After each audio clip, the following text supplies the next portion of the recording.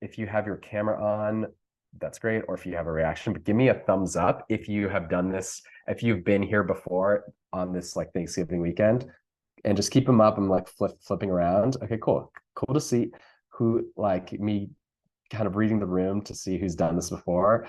Drucifer, awesome. Yanni, let's see. Nicholas. Okay, sick. Cool. Love that there's a bunch of people who've been here in this Zoom before and many who have not. It's so crazy. I'm going to speak briefly to the people who have done it before. Last year, one of my close friends, Ed Hoffman, he did the Zoom thing for maybe the second or third time last year, and he made a song in the 24 hours of this challenge that ended up getting signed. So it's so crazy what we're going to do today. Even if you've done it before, I feel like this is really something that you can do. Like even if you've done it before, the results that it might yield could be crazy and awesome. And I think largely what we're going to be doing is speaking to people who have never ever made music before. And so if you have been producing, I think at a glance you might feel like, oh, I know this is so simple. But I actually think there's so much to be said about the power of the beginner's mindset.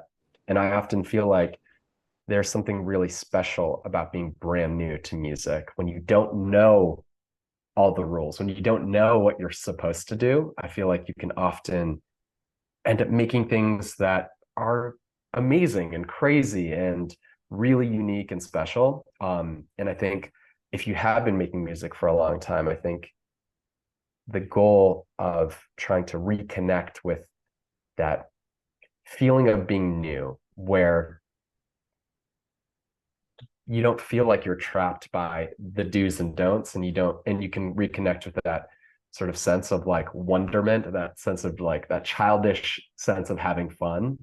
That's really what it's all about. And sometimes when you are doing something for a long time, you might get experience and skill, but sometimes we can take things a little too seriously. We can get into a rut or a routine where we do the same thing over and over again. And I think the beautiful thing about being brand new is that you're starting with this blank slate and are just exploring and having fun, which I think is the goal. So is everyone, whether you're brand new or have done this before, on board with just exploring, fucking around, having some fun? Okay, awesome. Sweet. So, one more kind of like overview thing. So the way that I like to teach is by simplifying the process as much as possible. And I like to also simplify in kind of a historical lens, looking back in time at how were these amazing house and techno songs from the past made? How are these amazing drum and bass songs made from the past? Because most of dance music began before people used computers to make music. And I'm just curious, who here owns any piece of like analog equipment, synthesizers, drum machines, anything like that? Give me some thumbs up if you do. Cool, a bunch of you do. So as buying these expensive pieces of equipment, can be really fun. You have like these awesome knobs and stuff like that. But when you think about the capabilities of like one of these drum machines or one of these synthesizers that people can spend thousands of dollars to purchase, it can do very little compared to your computer, right? And maybe that's one of the appeals, is that you're kind of constrained by the limitations of this one device. And what's so interesting is people spend thousands and thousands of dollars on hardware to ultimately do less than what they could if they had a computer in a way. And it's just so interesting because one of my favorite videos, I've shown this one before, but this is one of the, sort of godfathers of techno, Jeff Mills, rocking a crowd with just one drum machine. Here we go. Give me a thumbs up if my sound is working. Can you guys hear this? Okay, awesome.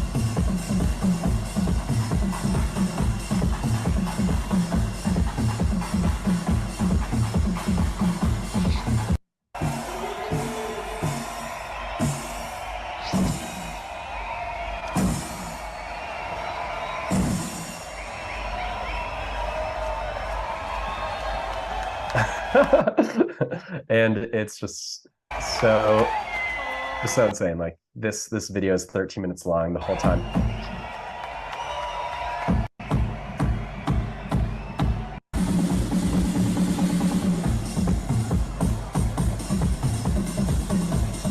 All he's using for 13 minutes is one drum machine. This drum machine, it's called the Roland 909. If you wanted to buy it today, if you look on eBay, it might cost you $3,000 or something like that. Let's see, Roland 909. I'm going to look it up right now. The original one on eBay, I'm seeing a listing for $6,000. All right. This drum machine that you could buy this right now for $6,000, or you could open up Ableton if you have the free trial. You can essentially download it for free and use it for 30 days. And with, here, I'm just going to draw some like random notes in here and some random stuff. This is going to be ridiculous. So hold on one sec. I think I need to switch my Zoom settings also. Zoom. Here we go. But for free, we can use, here, I need to move Zoom out of the way. Here we go.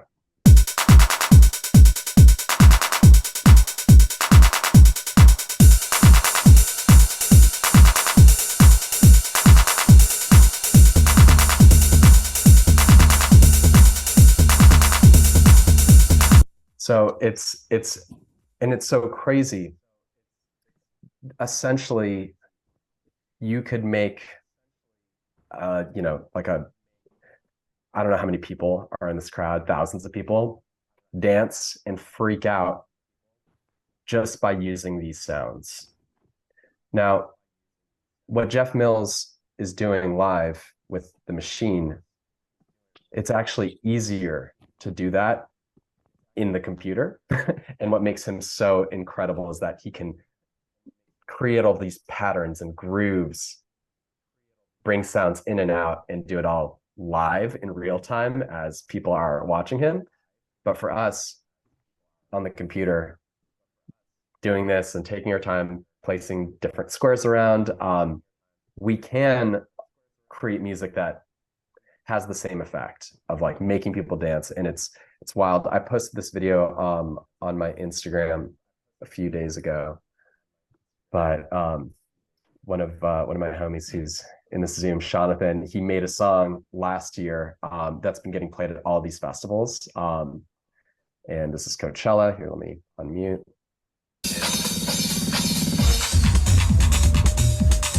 What the fuck? It's awesome. Such an awesome tune. And it's crazy just what you can do with so little. And so that's kind of how I like to teach, this computer that all of you are speaking to me through. It can do so much. But if we look back in time and look at how great house songs, techno songs, et cetera, are made, they're made on these pieces of equipment that could do way less. And what's interesting is if we limit what we use the computer for, we simultaneously have these two advantages. One, we can get less overwhelmed because we can just use one instrument and have a lot of fun with it, as opposed to looking at 1,000 different sounds and keyboards and drum machines and being confused which one to even start with. We can just pick one and start making music immediately. And then we end up with something that sounds like we used a $6,000 piece of equipment. Because the only distinction between what sounds like a hardware studio versus made on a computer is often people add tons of effects, tons of layers, do all these things that the computer can do that the old machines cannot. And I think that's where we break the illusion. By overcomplicating things, we make our song feel like it's made on a computer, versus when we keep it simple, we create the illusion that we used a bunch of fancy hardware in a very minimal sort of approach. And it's so cool to listen back through these old, classic house songs, classic techno songs. And if you listen to them, a lot of the compositions are really, really simple. Maybe there's one drum machine, one keyboard, one vocal, really, really simple. And I love teaching this way because we can avoid overcomplicating. But then also, if you have a simple sort of composition, you can diagnose problems much more easily. So let's say you are working on a song and there's 20 keyboards and 30 drums and all this stuff and it doesn't feel right. What are you supposed to do? Where do you how do you make that song better? Is it which drum is the problem? Which keyboard is the problem? It's like it gets really complicated when you have a very uh sort of layered production. But if you're on the flip side working on a song that's really simple and it's not feeling right, the problem solving process is a lot easier. And today I'm going to look at some basic sort of how to do it in Ableton type stuff, but more importantly, and this is where I feel like what I'm going to talk about today will be helpful for anyone at any skill level, is what makes the song feel good, and if it's not feeling good, what should we be looking at? Does that make sense to people? Okay, sick. So let's zoom on over to Ableton and take a look. So by the way, I am on Ableton 11. I recently upgraded from Ableton 9. And I have this 909 kit that's one that I tweaked very, very slightly, but I think it's pretty useful. And I'll send it out over email later today. And you can use it. I feel like it's a little bit more simple than the Ableton 11 909. In here, pretty much all you do. Let me see if I can drop it to you guys right now before I forget, actually, because if I can do it, that would be pretty cool. JJ909 2023 show and finder. Let's see if I can just do this. Okay, here, I'm going to just copy it into my Dropbox. Boom. Okay. Where is it? JJ 909 2023, copy Dropbox link. So if you were to download this, I'll just show you guys. Here's what it would look like. You go here, you download this thing, and then once it's downloaded, you can drag it straight from your downloads straight into Ableton, and you're good to go. I'm dropping it in the chat. Let's see, Zoom. For some reason, it's not letting me message everyone. Where is meeting group chat? There we go. Boom. So dropping it in the chat a bunch for people to grab it and download it now. But I will send it out later as well. Okay, so I'm going to do something that I haven't done in the past, and that's I have recently started using this little plugin called Mini Meters, which will allow us to see what's happening, just like a DJ program. So you'll see what I mean. So here's the 909. I want you to see what's happening when I put a kick drum. You get to follow along, and as I add more sounds, whatever they are, you can see things change. Okay, so you can just follow along, and that'll be fun and helpful. All right, so the most important aspect of Ableton and making music to begin for this challenge is to understand how you create rhythm and patterns. And so what we're going to do, here's the 909 that I just added. You zoom in, and you can zoom in anywhere. It could be measure 1, measure 9. Let's just start here. And I'm going to highlight everything from 9 to 10. This is one measure, and do Shift Command M to make what's called a clip. In this clip is where our notes will go. The next thing I'm going to do is click Command L to loop this section. So that way, when I press the space bar, this clip will loop. And if I open up this view down here, I can start drawing in notes by either double clicking or by clicking the B button and drawing them in there. So let's listen. Awesome. So there's a kick drum. Okay. Super basic stuff.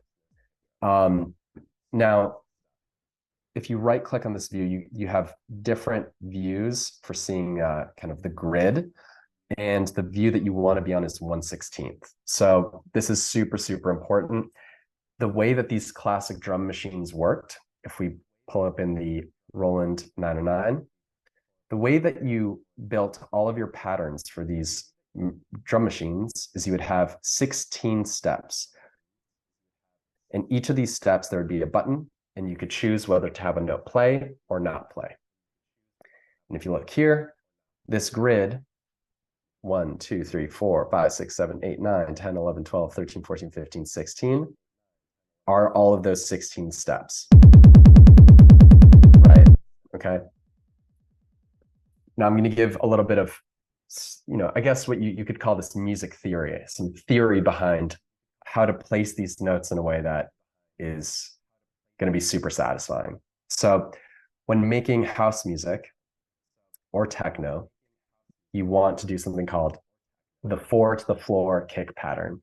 And this is just where you have a kick drum on every beat, which is every 4 spaces, you fill a kick drum, and you can see the columns change color slightly from a darker gray to a brighter gray. 1, 2, 3, 4, and then all of a sudden you have techno. And it's just funny, like, has anyone ever been on a dance floor where there's techno being played and there's a drop where it's literally just a kick drum and everyone goes crazy? Give me a thumbs up if you like have literally experienced that before. So satisfying. And it's pretty wild, like the power of just this one kick drum. And a lot of people ask me about mixing and mastering. One of the most powerful things for what makes a good mix is having a very present and loud kick drum. What's great about this 909, and something that I did kind of on this preset that I sent out to you, I did a little bit of processing on the kick drum to fatten up the low end and to just beef it up. So that way, when you place it, it just immediately has that power. And now when you're trying to make a dance floor move, this is more like this advice, whether you're a pro or an absolute beginner, this is so crucial. If you walk away from one thing, this might need to be it.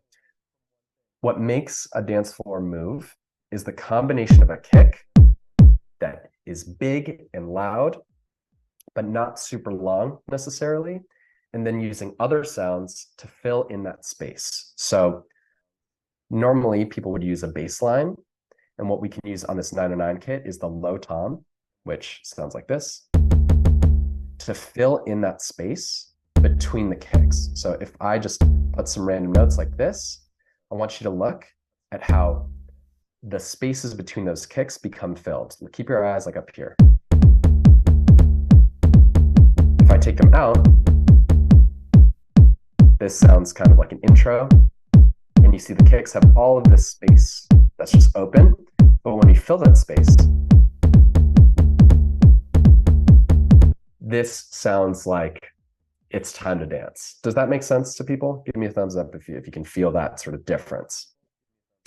Now, there's many different ways to fill that space. When I ask people, have you ever been on the dance floor where there's like a techno track and everyone just freaks out on the kick when the kick's by itself? Often for those types of songs, what people do is either layer different kicks together or essentially making a really long kick. So even if we took this 909 kick and made it really long, with it being longer, we might even want it like even louder.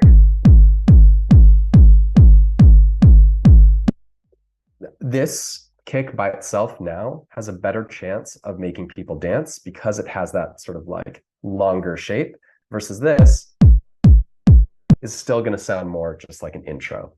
So the idea is to fill this space however you want as you're producing music. And I think I'm really visual. Like I love, if I'm working on a song, I'll put it in Rekordbox or a DJ program to look at the shape of it. And I'm often looking to see, is the kick popping through? And is the space being filled? And I just want to show, so on Ableton, you can lower the volumes of different drum sounds by moving this little velocity bar. You can highlight a bunch of sounds and move them all down.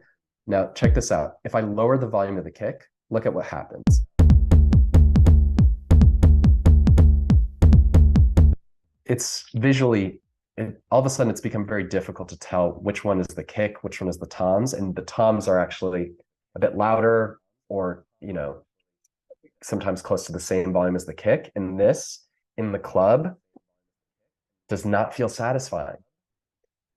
This issue of the kick being louder and more dominant is integral for making people dance. And it doesn't matter what style of music, dubstep, breaks, UKG, house, techno, that kick drum, the pattern of it might change depending on the genre, but from a mix standpoint, it needs to be louder and more present than whatever is filling that space in between, whether it's toms, a bass line, etc. It needs to be louder and more present, because if it's not, you're not going to have that satisfaction when the beat comes in.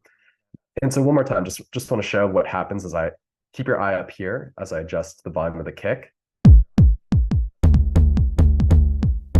Not very satisfying, but as I bring the volume up,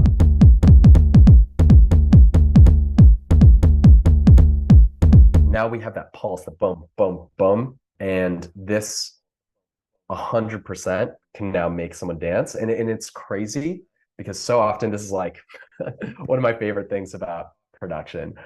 You go on YouTube because you're like, I need to mix my song, and you might see people talk about compressors and EQs and all this fancy stuff, when really the most fundamental aspects for making your song feel good are, first, sound selection. We're using the 909, so our sounds are on point. The second is the composition. What are the patterns you're using? Because look, even if my mix is perfect, but my pattern is sort of insufficient, not necessarily enough space is being filled, this is not going to be a satisfying moment on the dance floor. But if I fill that space, it's going to be great. And then the last thing, which is the only actual mixing related thing, is volume. The right sounds, the right patterns, and the right volume is all that you actually need to make a simple idea feel good. Where complicated mixing techniques, EQ, compression, etc., becomes more necessary is if you are trying to have more sounds play at the same time, more elements in your song. And that's great, that's awesome. But if you can't make the elements feel good when they're simple, you're going to have a hard time making them feel good if you have more of them. And I think my favorite analogy is like with food. I grew up in LA, and tacos are one of my favorite things to eat. And in my opinion, the best tacos are often very simple. Even if it's a street taco, if it's tortilla, meat, onion, cilantro, a little bit of lime, it's like 4 or 5 ingredients, but each ingredient you can taste and you can appreciate, and it's done right. Sometimes when I'm traveling, I might be in a city where there isn't really as much of an understanding for traditional Mexican cuisine, and I might see a taco that has like 20 ingredients. And look, there could be a very complicated taco out there that tastes great, but if it doesn't taste great, it's sometimes maybe the meat and the tortilla are not that awesome, but they're trying to disguise it with lettuce and all these cheeses and sauces, and you don't even know what you're really eating, and it's just lost in this complicated mess. With music, I think it's a really powerful skill to be able to make a song with a very small number of elements. If you can do that, you essentially apply the same skills and tools to make a more complicated song. If you can make a song with a 909 and a vocal, 2 sounds, but get those 2 sounds to fit really well with each other, then introducing a synth into the mix becomes far more doable, because you're going to use the same mechanics that you use to make those first 2 sounds work with each other: the right volume, the right pattern, the right sound. So Are people on board with this weekend trying to make a really, really, really simple song? Okay, cool. And so here is what I would lay out for the challenge. I'm going to do more teaching, but um, tomorrow we're going to meet same time, 12 p.m. Pacific, and we're going to have the chance to listen to people's songs and kind of review what everyone's done. But the challenge is to make a song using the 909, or if you'd like to use a different drum machine, the 808, the 707, etc.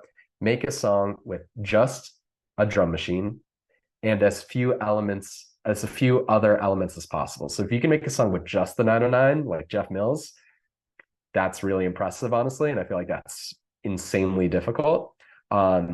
If you want to use the 909 in a vocal, that's great. I feel like that's a bit easier, in my opinion.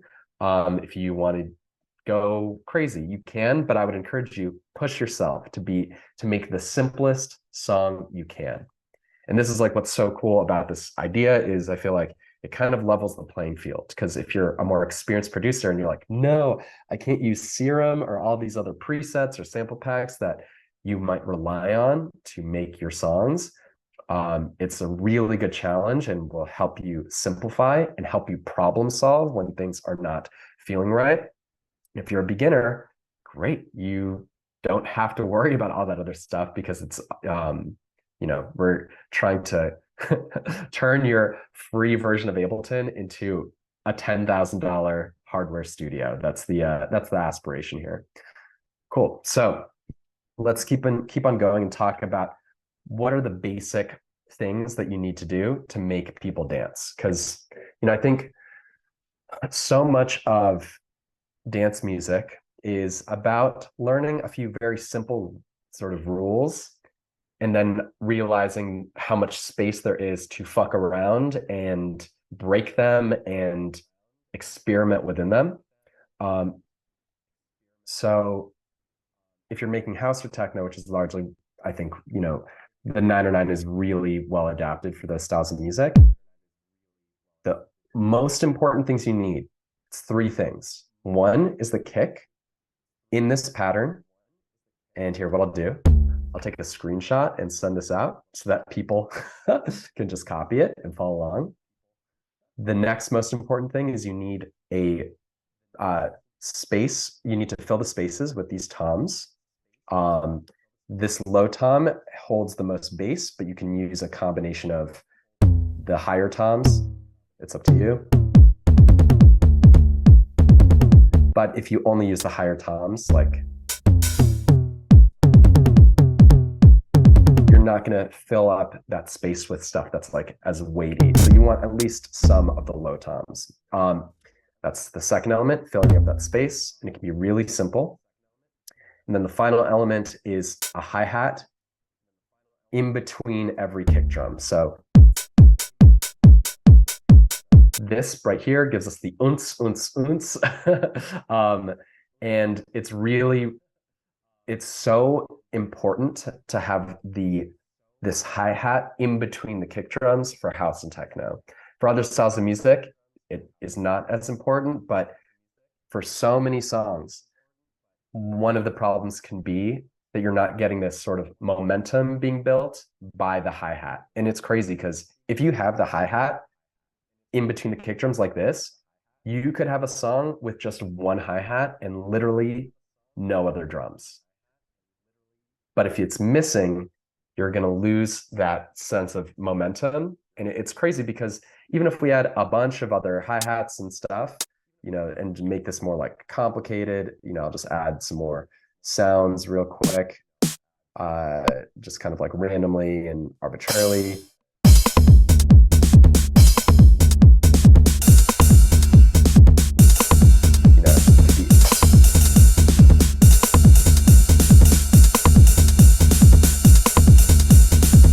If we don't have this hi-hat, it's going to hurt your momentum. And this is like another thing that if your song is not feeling good, this is where you look to problem solve. Is that hi-hat there? Is it coming through clearly and in a satisfying way? So those are the basic elements. I'm going to circle back on writing bass lines. Who here is curious about how to write a bass line? Give me a thumbs up if that's something of interest to you. Awesome. Okay, cool. So this is really super important to realize. When you pull open the Roland 909, this low tom is the same as opening up a bass line or a bass synth bass preset. This is what we're using to write a bass line. And what's crazy is you could come up with a bass line using this sound and swap it with like a synthesizer and end up with like a bass playing the bass line. And I'm going to talk a little bit about the theory behind how to make a satisfying bass line using the toms. So it goes back to this idea of trying to fill the space. If you have like a lot of techno, I mentioned, has a really long kick drum. There are songs that have bass lines where it's just the bass playing with the kick, and it fills up that space. I wouldn't use the tom for that, but if this was like, what's a good example? Like Another One Bites the Dust. Do do do do do do do do do. Those first three notes, do do do. The bass is playing with the kick, and you can do it, but I want to break down sort of what your options are. So the easiest way to do this is to just look at one beat. Okay, so there are these four with every beat when it comes to filling up the space between the kicks. You have four options. You can have a bass or tom play with the kick, and this would be called the downbeat, but we can just call it, one. We have the upbeat, which is in between them. And then we have the spaces in between, which should be the second and fourth positions. And these are called the up 16ths. And just to give people, I did this really quickly, but here's a little example of just what's happening. So this is a cowbell. So a little bit of music theory. When you have a measure of music, the terminology is often called a quarter note for the beats. It's dividing up one measure into four quarters, hence the fraction. One, let's listen. 1, 2, 3, 4. If we divide the measure into 8 spots, it would sound like this. So these are called eighth notes because it divides the measure into 8 notes. 1, 2, 3, 4, 5, 6, 7, 8. If we continue to divide by 16, it sounds like this. Okay. And what's interesting is when you use these different rhythms, you get a different feeling. So check this out. I'm going to just play the kick drum over here. Okay. So here's the kick.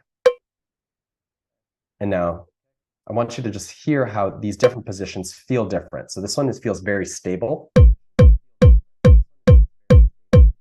The eighth note here kind of gives a little bit of energy on the up. And these ones, the up 16ths, and this one, it feels very unstable and kind of like the thing's falling apart. Can you guys hear the differences between these three sort of like categories? One more time. Here's on with the kick on the quarter note. Opposite the kick on the up eighth note.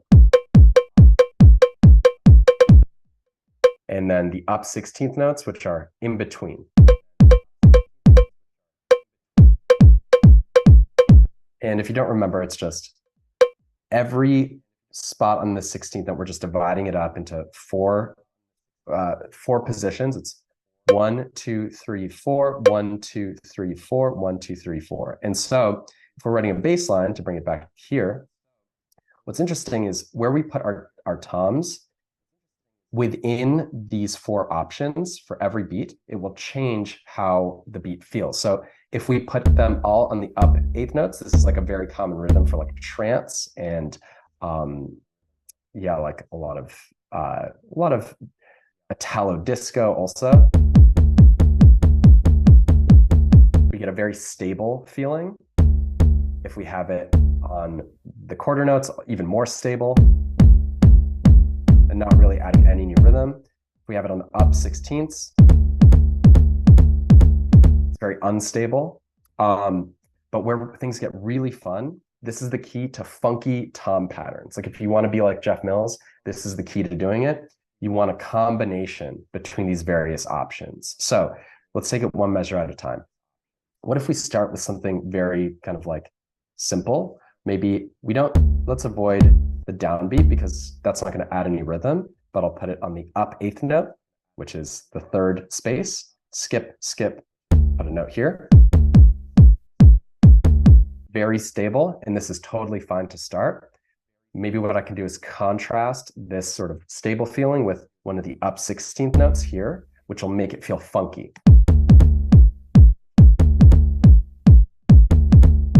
Right there, this by itself, by the way, is an awesome pattern that you can use. This could be it for your song. Start adding hi-hats, add the clap. You can throw other stuff in there.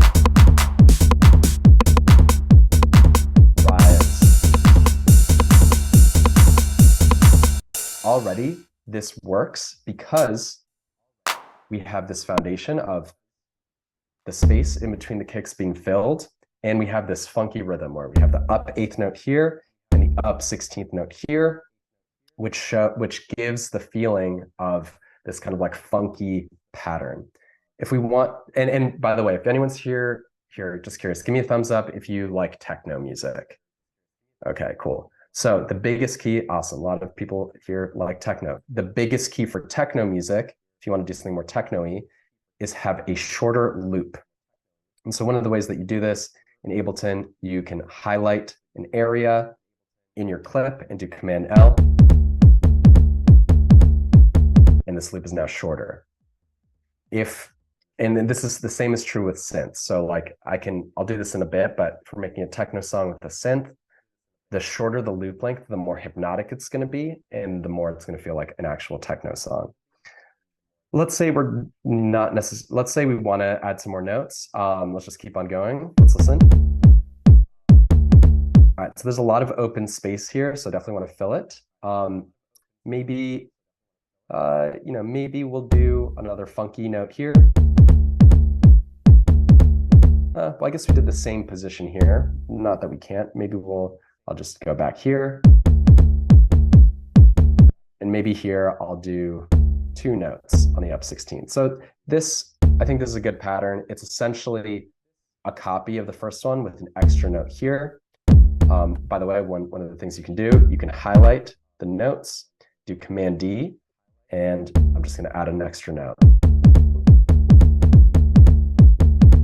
Okay, this right here would totally go off in the club. It totally checks the boxes. And I think, once again, here's more advice for advanced producers. If you're working on a song and it's not feeling good, solo the kick and bass by themselves. Those 2 elements by themselves should make you want to dance. If they're not, you need to look at the sound selection. Is your kick hitting? Is your bass hitting? If you use the high tom,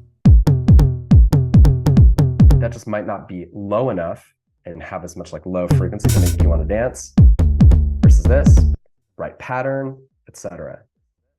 Volumes, making sure the kick is louder. It's such a simple, it's like 3 or 4 qualities that you need to double check. And if they're not there, that's where you need to look to build that foundation on which everything else in your track is going to work. And it's crazy because when you're listening, often this is something that most people don't necessarily hear very well, but you can feel it. It's hard to hear, like, unless you really train your ears to like immediately know that the kick is quieter than the bass. I think the visual for me, it helps a ton, but I think this is where you need to look to make your track feel good. Okay, so let's keep it going. Then now that this bass line is literally perfect, It's all we need. Let's add the hi-hat. I really like this one. And this by itself can totally wreck a dance floor. Here, let me move zoom out of the way. Put it down here. Okay, and delete this other stuff. That way it's just like more simple. Okay, cool. So now that this section has the basic elements that we need to make a song, the next most important thing that we need is something to hold people's attention in the what I would call the mid-range of the track. And so give me a thumbs up if you DJ. I want to like read the room, see, okay, we got a good number of DJs here. That's awesome. So when you DJ, let's pull up a DJ mixer. There are, on most DJ mixers, 3 knobs for what's called the EQ, which controls the frequencies. And this EQ, here, am I sharing my screen? Oh, I'm not sharing my screen, boom. This EQ, it breaks down all of the audio that you can hear in a song into 3 categories, which I think is really cool. I love how simple this idea is. It breaks up every single sound and even the most complex song to 3 categories: lows, mids, and highs. Now the lows, as I'm sure like most people know, that's where your bass is, the kick and bass. And if you've give me a thumbs up if you've ever DJ'd and you've taken out the bass and brought it back and have had fun with like making a crowd freak out because you're just taking out the bass, bringing it back in. So the bass is what we've just been talking about. It's the kick and the tom, or kick and the bass line. Those frequencies are what makes people dance. The high frequencies, that's where that one hi-hat is. And that's often where a lot of the groove information is, with the hi-hats and shakers. It's all in the high frequencies. Now, that leaves one last frequency range that we haven't talked about, and that's the mids. And that's where the human voices, that's where guitars are, that's where a lot of synthesizers are. The mids are a really important sort of band of frequency because I think it goes back on like a primal level to just our ears are adapted to hear human voices. They're adapted for us to communicate with each other. And when we hear things in that band of frequency, our ears are very sensitive to it. And I think with making music, one of the things that I like to think about is this idea of if you don't have anything in the mid-range frequencies, your song will feel boring. And if you have too much, your song will feel annoying. Now, let me give like a brief example of that. Let's see if this could be like a funny way to do it. Like if I pull up a song and let's see, I need to just pull up, let's do, here, something like this. Okay, hold on. Pulling something up. If we do, like in a DJ intro, there's often not a lot of not a lot of stuff happening in the song because it's just beginning. If there is no mid-range whatsoever, you're going to get bored. And if there's too much happening, you're going to get sick of it. Let me pull up a song. Okay, so here is, I think, a good example. Okay, so boom. Here is an example of, I need to find a song with like a very chill intro. Okay, I just pulled up a bunch of Skrillex songs. Here we go. Let's see. So, okay, if we listen to the intro of this song,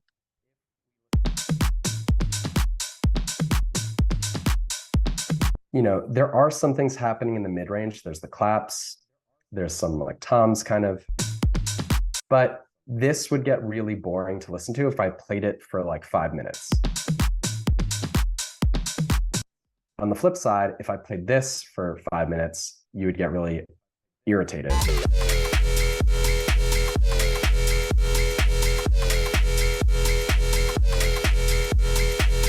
On the flip side, if I played this for 5 minutes, you would get bored ultimately.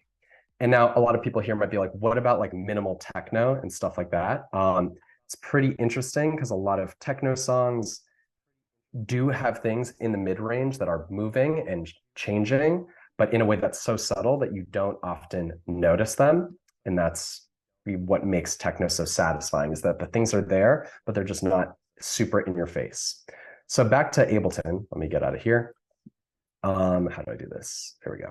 Back to Ableton, we need to have things in our mid-range. So I think a really simple solution for anyone who is, kind of like brand new. You don't have to do this, but I think it could be fun. Mac, external microphone. If you want one thing in your mid-range, it's gonna be annoying. Check. You do this. Balls. Okay, so now we have that sample. Balls. And here's one sample in the mid-range that will help keep the listener's attention. And here, I'll bring up the view. Balls. Balls. Balls. And now, an important thing for us to figure out is how to make this not annoying. So, because if it's this, balls, balls, balls, balls, balls, balls, balls, that is going to get annoying after a while. And I think my favorite way to put it is it's like a fatigue. I think another analogy is it's like if we were to talk about the song as if it were like a road trip, the kick in the bass is kind of like the engine keeping everything going. Same with the hi-hats, just keeps this momentum. But the mid-range is like food on a road trip. If you are on a road trip and you don't have any food, you're gonna get hungry and you're gonna need to like pull over. However, if you're on a road trip and you eat too much food, you're gonna get a tummy ache and not feel good either. Balls, balls, balls, balls, balls. So one of the fun things that we can do is figure out how do we strike that balance? And this is where it becomes very personal and artistic, is balancing what is not annoying and not boring. And so one of the things that we can do is just choose how often does this balls vocal repeat. So maybe let's try every measure. Balls, balls, balls. Okay, that's fine. Let's try every 2 measures. Balls, balls. Cool, that's fine too. And let's try every 4 measures. Balls.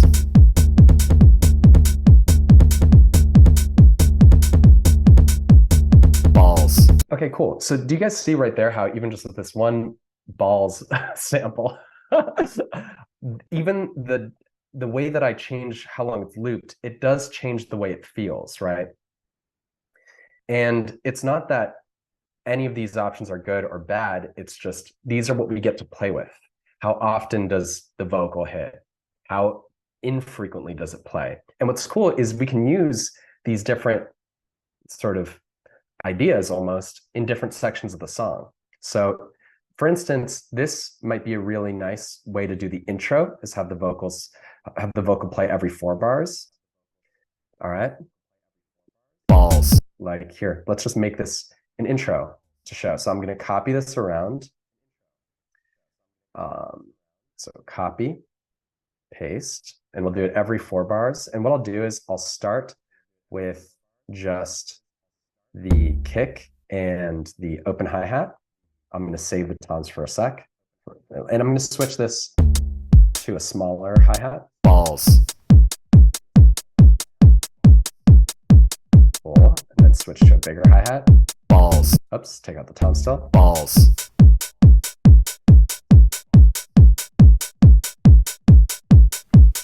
Balls.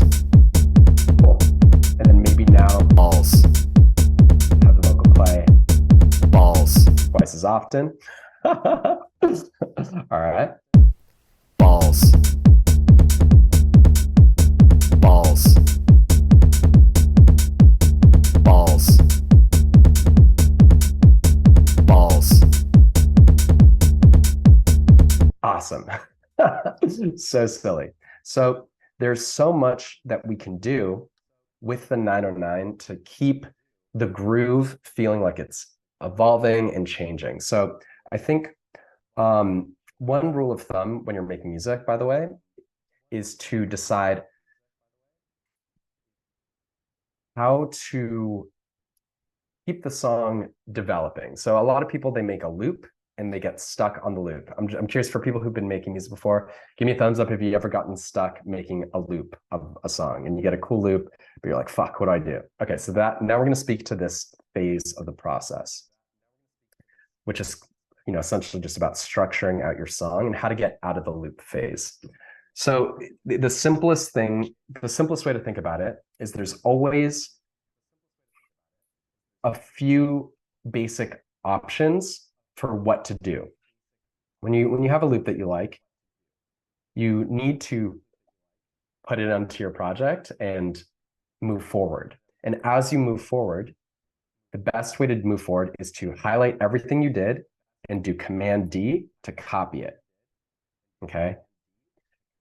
You can also use the hotkey Shift Command D, which duplicates even things that are not necessarily highlighted. So if I do Shift Command D here, it does highlight, it does move everything. Here, easier to see here. It copies everything, even though the vocal is not selected. So as you copy things around, you are faced with a very small number of options. Either you can add new things, you can take existing things away, you can change things with like automation and more complicated stuff, or you can literally do nothing. And I think this basic approach, as simple as it might seem, is a really effective way of getting unstuck. Because when you're stuck, you're like, fuck, what do I do? And you can start experimenting with taking things away or adding more elements. So let's keep on developing this song and just thinking about adding things or taking things away. Balls. Okay, and obviously this is a very simple song. And here's something that's super huge. While you are working, you need to be as non-judgmental as possible because your song is not done. That's why you're working on it. And if you get overly critical and start thinking about how much your song sucks and judging it before it's done, you might get discouraged and might quit. But if you're like, you know what? Today, I'm just doing this as a challenge for Justin, and I'm gonna make the worst song ever, and it's gonna be so bad and so stupid, but I'm gonna do it. That is okay if you do not stop to, you know, be critical and think like, this sucks, I'm a horrible producer, I hate this song. You just have to be okay with it being unfinished as you work on it. Okay, so with no judgment, this is the Balls remix that everyone's been waiting for. All right. Balls. Okay.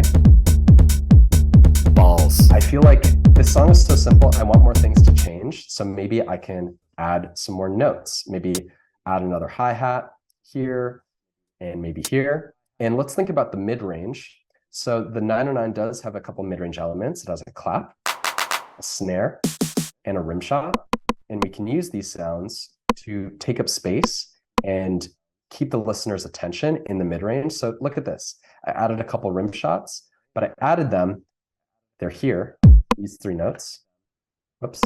I added them in a space where they play when the vocal does not. So this is called a call and response, and this will kind of tickle the listener's ears. Let's listen. Balls. Balls. And that's fine. One other fun thing we can do, if you click this duplicate button, it duplicates the pattern. And this is cool because we can change, I can simplify this part of the loop and keep this part more complicated. And now there's even more stuff that is going to be happening and developing and tickling the listener's ears. Balls. Balls. Awesome. Okay, cool. So now let's keep on going forward. All right. And maybe here, let's let's do some automation. And so I think automation can be really helpful for keeping a song interesting, but it's really important that you don't overcomplicate it. So automation allows us to change sort of different sounds with these knobs over the course of our song. The way to do this. So this 909, it's so fun because there's all of these knobs that are, if you click on each of these existing sounds within the instrument, you pull up these various menus that allow you to change the sound. So listen to the hi-hat. I'm going to solo it by clicking this S. Balls. Balls. You can change the pitch, the length, which is called decay, volume, bunch of things. So the decay, this is one of the most powerful things in dance music, is to change the length of the hi-hat. Balls. When this changes, the energy of the song is going to feel like it increases. I want you to listen for that hi-hat. Let me unsolo. I'm just going to solo the drums that we can hear the difference. Here's loop 1.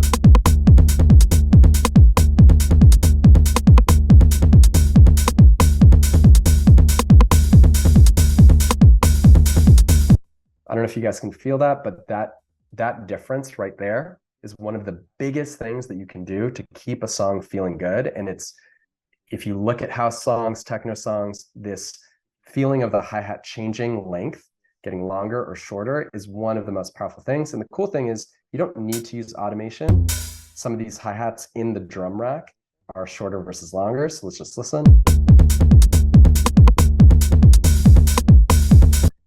There's something happening called a choke where the hi-hats are kind of muting each other. I'm just going to delete the smaller hi-hats so it's just easier to hear. Here's one more time playing the example. So this increasing the length of the hi-hats, super powerful, and I think I'm going to do that through some automation. And this can happen like this. And let's just keep this going. Okay. So, boom, boom. Okay, let's listen. Balls. Balls. Let's try this here. Balls. Balls. Balls. Cool, sweet. So what I'm doing, actually I changed my mind. I'm just gonna go to the open one there. Another fun thing to do is mess with taking elements out as like a little kind of, I call this a dropout, just a way to make the song feel like it's changing. Balls. Kind of keep people off guard. Balls. Balls. Cool, this is fine. Balls. And now let's take out more stuff. Let's take out the kick to kind of create some suspense. Balls. Balls. Okay, cool. So a big thing in dance music when it comes to structure is taking things away. So by taking elements away, we're going to make the song feel like it's building tension. So just to show, I want you to feel the tension if we do this. Balls. Balls. And then bring it all back in. Balls. A ton of tension. Another thing that we can play with is creating contrast, and that's by, if the balls only play once every 2 measures here, maybe there could be a section, and this is kind of like how I made the original, where maybe there's a lot of balls over here.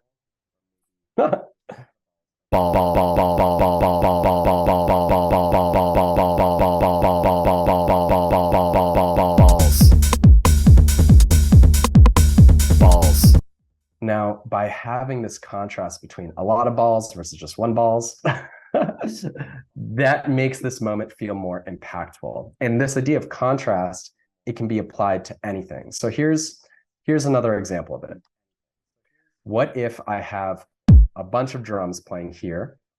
I'm going to take out the toms, but I'm going to put a bunch of claps in and snares and copy this all around. And I'm just kind of doing this chaotically and not with too much intention.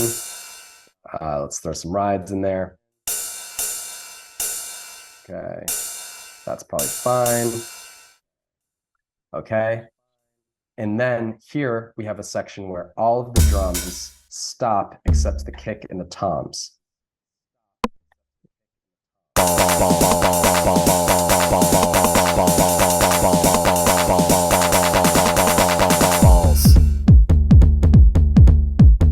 Balls. Just pause right there. Do you guys hear kind of like the satisfaction of what's happening? So this is like the underlying mechanic of how to get satisfying buildups and drops. You want contrast. Whatever is happening on your drop, how can you contrast that with the section that precedes it? And what's so fun about this challenge is essentially all you're doing to make the song is playing with the patterns of the drums, making them go from being really busy to simple, playing with, you know, how these patterns get, you know, more crazy and, you know, just busy. Could be like even just within a drop, you know, if I just start adding these claps. Balls. Balls.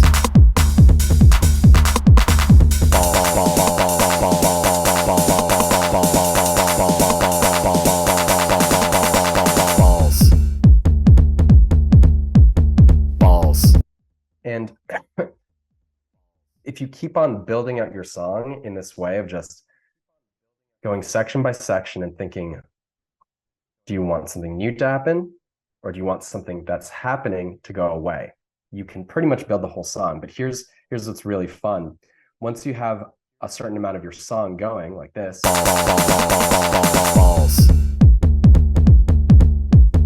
Balls. and let's do a little bit more. Let's add the hi-hat back. Let's do this one. Okay, boom, boom, boom. Balls. Balls. Maybe add, so once we have something like this, what we can start to do, I'm going to label this drop.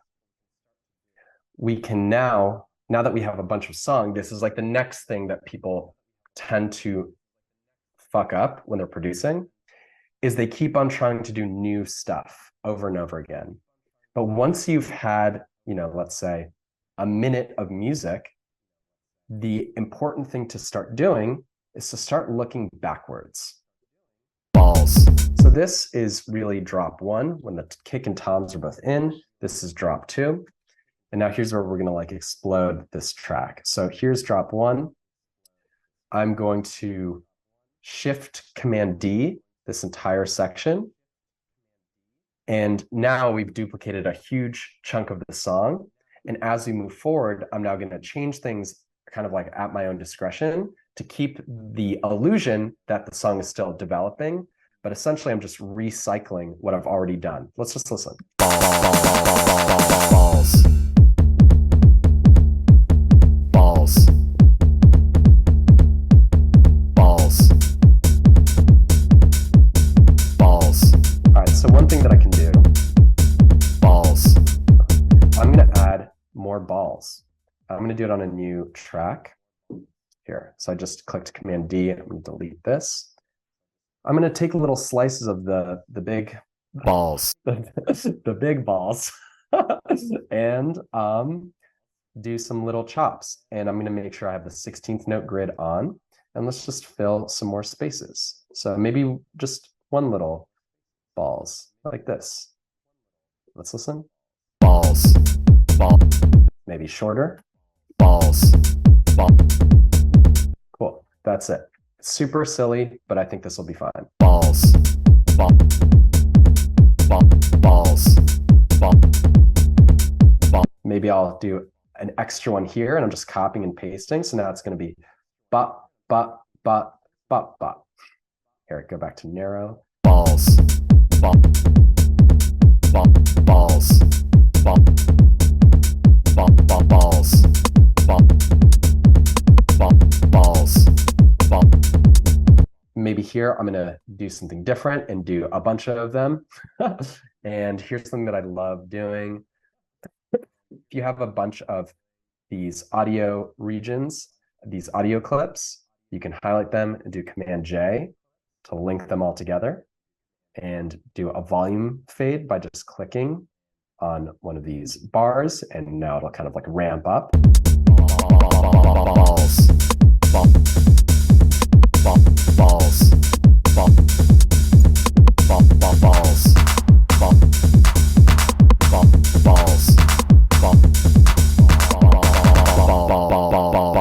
Okay, cool. So now what I did just kind of instinctively is this section over here had a bunch of busy drums while this ba ba ba ba ba thing played. I just went and deleted all the drums to make it different.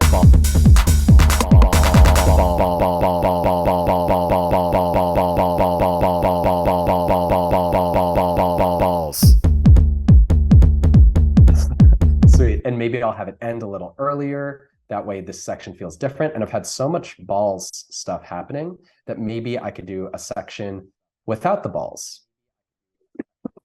So let's try that. If I deleted all the balls here, maybe I need a busier drum idea here.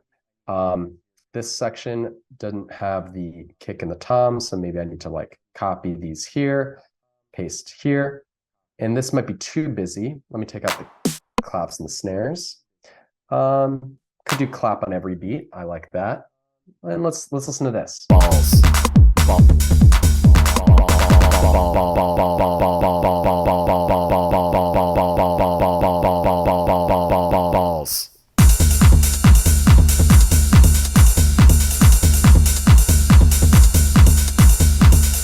Okay, cool. See, there's so much stuff happening with the claps and the rides that even though the balls have stopped, this does not necessarily feel boring. Maybe what I'll do, I can put a crash cymbal here to just accentuate the drop. And maybe another thing I can do, I can automate the ride length because it's pretty intense.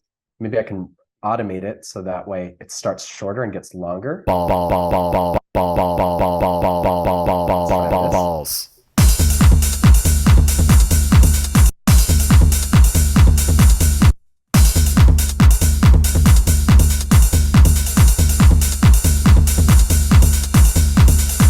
Maybe another crash here, and maybe we bring in some more snares just to keep this energy building, because I feel like without the balls, I'm just doing random ass shit. It's just so silly. I feel like I want stuff to keep on changing so it doesn't feel boring. Balls.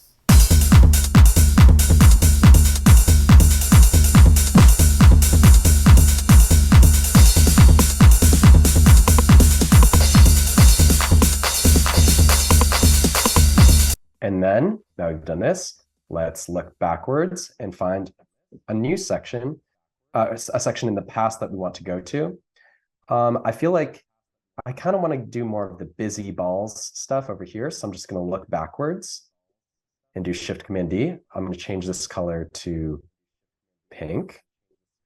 And now it's here. And now I'll make this one yellow. Okay, cool. So I just have these markers because that's kind of where I've changed things. Let's listen. Balls.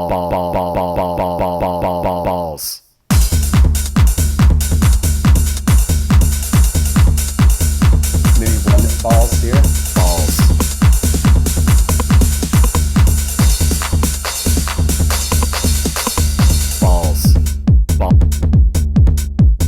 Balls. And once again, in terms of contrast, super satisfying because we went from not a lot of balls to more balls here, and we went from a lot of busy drums to much more simple drums here. Balls. Balls. Balls.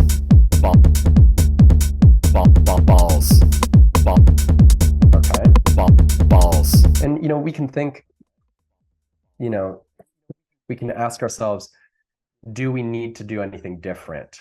Do we want to make this more special? I think this is fine for now. Balls. Let's see if we want to do something here. Balls. Let's put the claps in. We didn't do that in the past. In the previous loop, you can see pink over here. Balls. No claps, so let's put claps. balls, ball, ball, balls, ball, balls. And maybe let's keep this going. So can you guys see what I'm doing? I've copied these big chunks, and then I'm going in and changing little patterns and little ideas. And it's crazy because this is really how most dance music is made. You make a loop, you make like an idea, and you start looping that idea. You then create some structure out of that idea, and then start copying the structure itself around to finish the song. Does that make sense to people? Give me some thumbs up if you're following me on that. And it's crazy. I think one of my favorite examples of this process, I closed Serato. I should open it. It's my favorite way to look at tracks. I love looking at other people's songs because you can see, if you look at the waveforms, how these songs were structured. So I love Fisher. And let's see if I can pull up one of his songs. Yeah, this one. Serato might still be loading for a bit. Let's see if it pulls up. Hold on, let me try one more time. Boom. Come on, Fisher. There we go. So I want you guys to see. Look at this song. Breakdown, drop, breakdown, drop, breakdown, drop. Do you guys see how eerily similar all of these sections look? Give me a thumbs up if you can see that, right? What was done on this song is a bit of production to create a satisfying buildup with a vocal, and then a satisfying bass line. The next drop is nearly the same. There's an extra effect on this buildup.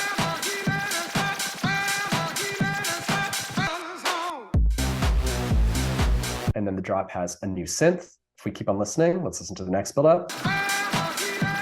There's now a chord in the background, and on the drop, same drop, but now there's a ride cymbal. Here, there's no ride cymbal on the previous drop. Listen to the difference.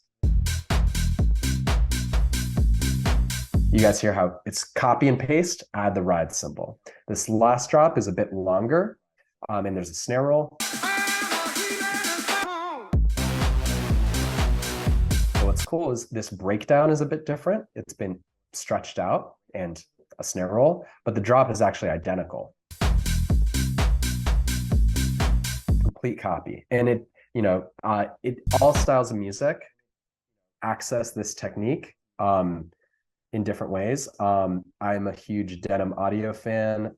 There's this song which one is it? Hold on, is it going to be easy for me to find? But yeah, whether it's UKG, drum and bass, breaks, dubstep, this idea of copying an existing section and then changing something is the bread and butter to making dance music. So yeah, with that in mind, what's cool is our song is 2 minutes, 20 seconds. Let's take a page out of Fisher's book and let's try to elongate this final breakdown. And so let's see how we can do that. So maybe instead of all the balls the whole time, maybe you can start balls, a little bit more space. Ball. I think it needs to be full like this. So let's try this. Balls. Balls. So silly. Oh, you know what? Should we use some of this? Let's see if we can do this too. Balls. No, I think this will be better. Okay. And in this first build up, there's all of this shit. Let's try copying it in there and stretching it back, but maybe we can have the elements kind of show themselves more slowly. So maybe let's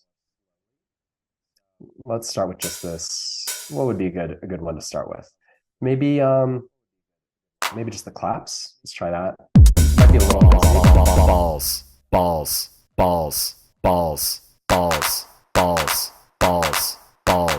It's a little weird, but fuck it. Let's do claps, and now let's show the snares. Whoops.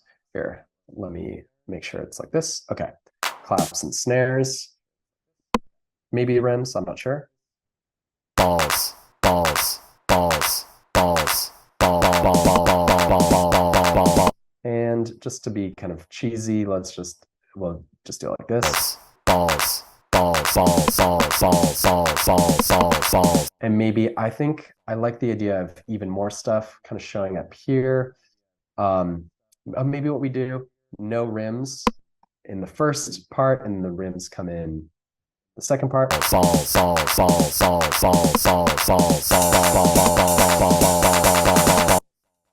Maybe this just starts happening. I'm thinking like full chaos. All the claps here. Let's have them end on this balls here, and we'll do even faster claps. Oops, I did that wrong. For the last section, let's do even more claps just to go crazy with it and be silly. Okay. Balls. And now for this drop, we have to think back about how much contrast do we want. Balls, balls, balls, balls, balls, balls, balls, balls, balls, balls, balls. I'm thinking also here, maybe I want to bring the hi-hats in fast early. I just feel inclined to try this. Balls, balls, balls, balls, balls, balls, balls, balls, balls, balls, balls. So I did the claps on every beat for the last drop. Do I want that to happen? Do I want the rides to happen? Is there anything I want to change? Maybe let's try. The claps do help. Let's just try maybe no rides. And maybe simplify the hi-hats too, because there's been a lot of hi-hats. Yeah, I like that a lot. It's a little different, but it feels nice. Just taking out more stuff. And I think this is once again where a lot of people mess up. You're like, you've added a bunch of great ideas to your song, and then you're like, what do I do? You try to add more things and nothing feels good because it's so busy. That's when taking things away becomes the logical next step. So let's listen. Balls. Balls. Let's copy this now. Balls. Balls. Balls. Maybe, oh, you know what? Here, why don't we copy this? Balls. This section. Yeah, just copy all of this here. Balls. Maybe mix and match it. Balls.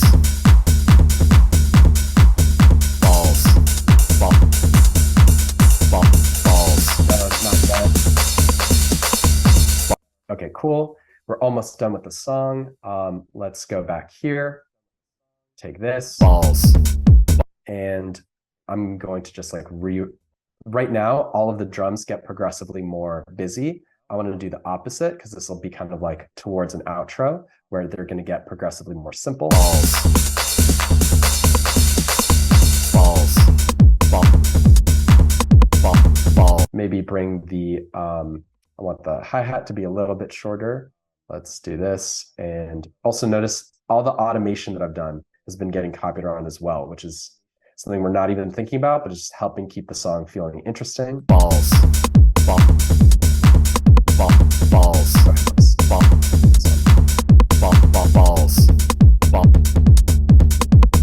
Balls. Okay, cool. Hold on. Let's do it like this. So now Balls. all that we need to do left for this track Balls. is have all the elements start to disappear. Balls. Balls. Like this.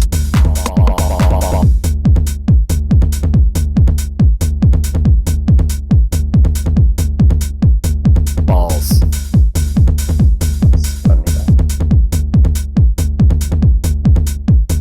Balls. Okay, cool. And we're done. This totally works. I could definitely play this out.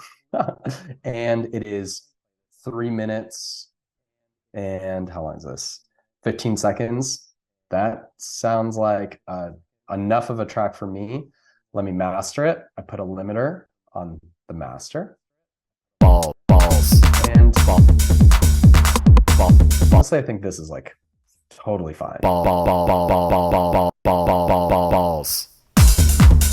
All right, I think I'm done. I could listen to it all the way through, but I know that there's some really good contrast moments with a bunch of like satisfying buildups and drops. Uh, I feel like I went in and changed a bunch of stuff each drop, so I feel like it's going to feel like it's going to feel like it's continually developing. What I'm going to do also, I'm just going to make the sections green where the breakdowns are here. Here's where the kick goes out, and here I'll label it break 1, break 2. This is drop 3, break 3, drop 4, and then outro. All right. So that is it. That is a 909, a sample of me playing balls. Who here feels inspired to have some fun and make some music? Fuck yeah. Awesome. So you can go as crazy with this as you want. My goal here is like I just want everyone having fun. And I think if you're new, keep it simple and just, send me what you do. If you're a pro, go crazy if you want to, but challenge yourself. How simple can you make a song? The first year I did this, I made a Fergalicious bootleg that Patrick Topping was into, and it's like Jonathan last year, 909 Satisfaction vocal, played at all these crazy festivals and stuff. It's crazy what you can do with so little. And I think you know, even if you are here with interested in a very different style of music, this is really good practice. This is like sharpening your core fundamental skills so that you can apply this like simple kind of like songwriting process to your productions even when they get more advanced. And what's cool is I think in some ways this is harder. It is harder to make a song with just a drum machine and a vocal because you have to keep it interesting with so little. If you can do that, then once you open up a VST or like some other sound or have more loops or whatever, you're like, dude, this is so easy. Structuring your song becomes easier when you have more elements. And so by doing this, it kind of like, it's like doing, yeah, I don't know. It's just such an intense form of like music production training almost. And you might make absolute bangers. So what I want everyone to do is make a song, use the 909. I'll send an email with the preset that I just used today. I'll send this recording as soon as possible. That way, if you want to like rewatch anything and slow things down, you can. And then I want everyone to send me what they make. And I think what I'll do is I'll make a little Google form for people to send their tracks. And you can just upload it to SoundCloud. People down to send their songs to me over a Google form. Okay, cool. I'll send that out over email too. And tomorrow we'll like review the songs. I might clean up my song a little bit as well and show what I did if there's anything that I want to showcase, but kind of like a review session. And we'll have an opportunity to break out into smaller groups and meet each other and show each other what you guys did. And I would say, the spirit here is like no judgment, because if you're a pro, you might be like, dude, me using just the 909, it's like that's not representative of my sound. It might be really uncomfortable and really challenging in your own way. If you're brand new, it's like, dude, this might be the first song that someone has made, and I feel like it could be amazing. And I think the more each song that you're working on, it's impossible to know just how amazing it might be when it's finished. And there's so many great songs that nearly were scrapped or thrown away because the person didn't see that magic and that potential.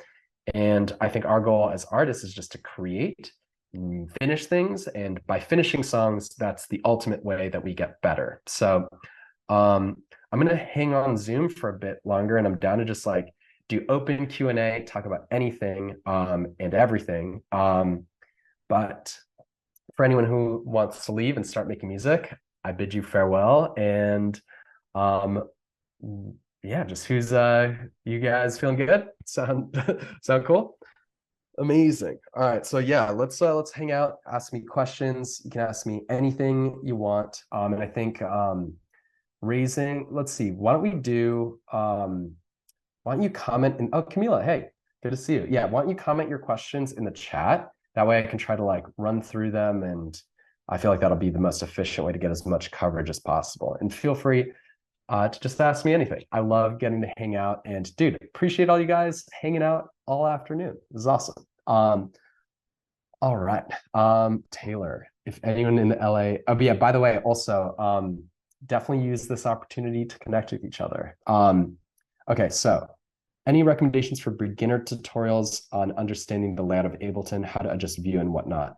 So Jovella, that's a great question. I think that is something that I will try to put together on over email. I think when I first started with Ableton to get the basic layout stuff, I used the Ableton tutorials, like Ableton made some. But if anyone has other good intro to Ableton tutorials, like Adam, Adam, if you know of any specifically, can you message them to me and I'll send them out over email. And yeah, I think also, by the way, Kate or Megan, if you could drop the Discord link, that would be awesome. And on the Discord, you can hopefully meet people who have a little bit more knowledge. And I'm curious, is there anyone here who has a bit of Ableton knowledge that would be down to share some knowledge to someone who's brand new trying to figure out? Give me a thumbs up if anyone here is willing to share some knowledge and inspiration. I see a few thumbs. You guys are awesome. And my hope is that you can just hop on the Discord and help each other. And by the way, for anyone who is a veteran producer, if you want to get better, teaching is literally like the ultimate way to improve your skills. Like honestly, I feel like my skill as a producer has just like gone crazy over the past few years by teaching, and it's so much fun. So I very much recommend that. Okay, let me keep on reading some questions, but Javella, I will try my absolute best to send some resources over email. Let me keep on reading. Okay, so let's see. I'm totally, yeah, some more basic tutorial questions. Where do you recommend getting samples, plugins for Ableton? Okay, Ash. So my recommendation early on is with this challenge, for instance, you can use just the stock Ableton drum machines. And then for like vocals and stuff, it's up to you. If you have any sort of, I feel like some good resources for vocals. If you want to go on YouTube and type like acapellas, you can find a bunch of shit on YouTube that you can rip off YouTube. Free samples on the internet. I might see if I can find some free vocal samples to send people as well. Also, not super legal for like releasing and selling music, but there's this tool called La La La. It's called LALAL.ai. And I'll send that over email too, for anyone who wants to if you have a song with vocals, you can like rip the vocals out of it using that tool. It's crazy. Okay, so you saying make a song with just 909 kick drums, right? Sandro, try to make a song with just the 909 and as few other sounds as possible. So you can use other sounds, but it's up to you. Challenge yourself. Can you make a song like Jeff Mills? It's fucking crazy. He literally just uses a 909 for 13 minutes and has people going off. Like that's even for me as a producer, I feel like that's a very intimidating challenge. But it is possible. If you want to throw synths and vocals and samples, you can. But I think at the end of the day, it's just like I want people out there having fun. So do whatever you want. Okay, let's see. Let me see more questions. um, okay, how do you get demos signed and where can you submit them? Alexis, great question. Who here is interested in that question, right? Um, a lot of labels take demos, and if you go to their SoundClouds, you can see if there's demo submission emails. You can also just try Instagram DMing artists and labels and say, hey, I made some music. Any chance I could send you some demos? It's crazy how much music you can get signed by doing that. Okay, let's see. So let me see more questions. Um, can you give me feedback on the track right now? Sandro, unfortunately, I cannot right now, but who wants to do a little music share at the end of our sesh like we did last time? Okay, cool. So we'll make some time at the very end of this for everyone to drop some SoundCloud links and share some tracks. And maybe we can get some group feedback that way. So, and hopefully we can keep it as positive as possible. All right. We just saw you create a track without any sort of MIDI pad or keyboard. How important such use feel do you think that is for Ableton? Yeah, I mean, I am very much so I tour a lot as a DJ and artist. And because of that, I over the years have become very comfortable making music with just my laptop. And these are my headphones right now. They're these earbuds. And I I feel like that's totally sufficient to make an awesome song. You don't need really anything besides the program and your computer. I've made songs on my laptop speakers. I think all of these other gadgets and things you can buy, they can create new fun, new ways. But I think the most important thing is you don't want to get anything if it will make you overwhelmed. So I think you can keep it really simple and just do whatever is fun. But I think keyboards, I grew up playing the piano and I like having a keyboard sometimes. It's really nice, but I can also use my laptop as a keyboard. And that's really fun too. So yeah, let me keep on reading. So Linda, I'm at max upload for SoundCloud uploads. If you upload, you can use a WeTransfer.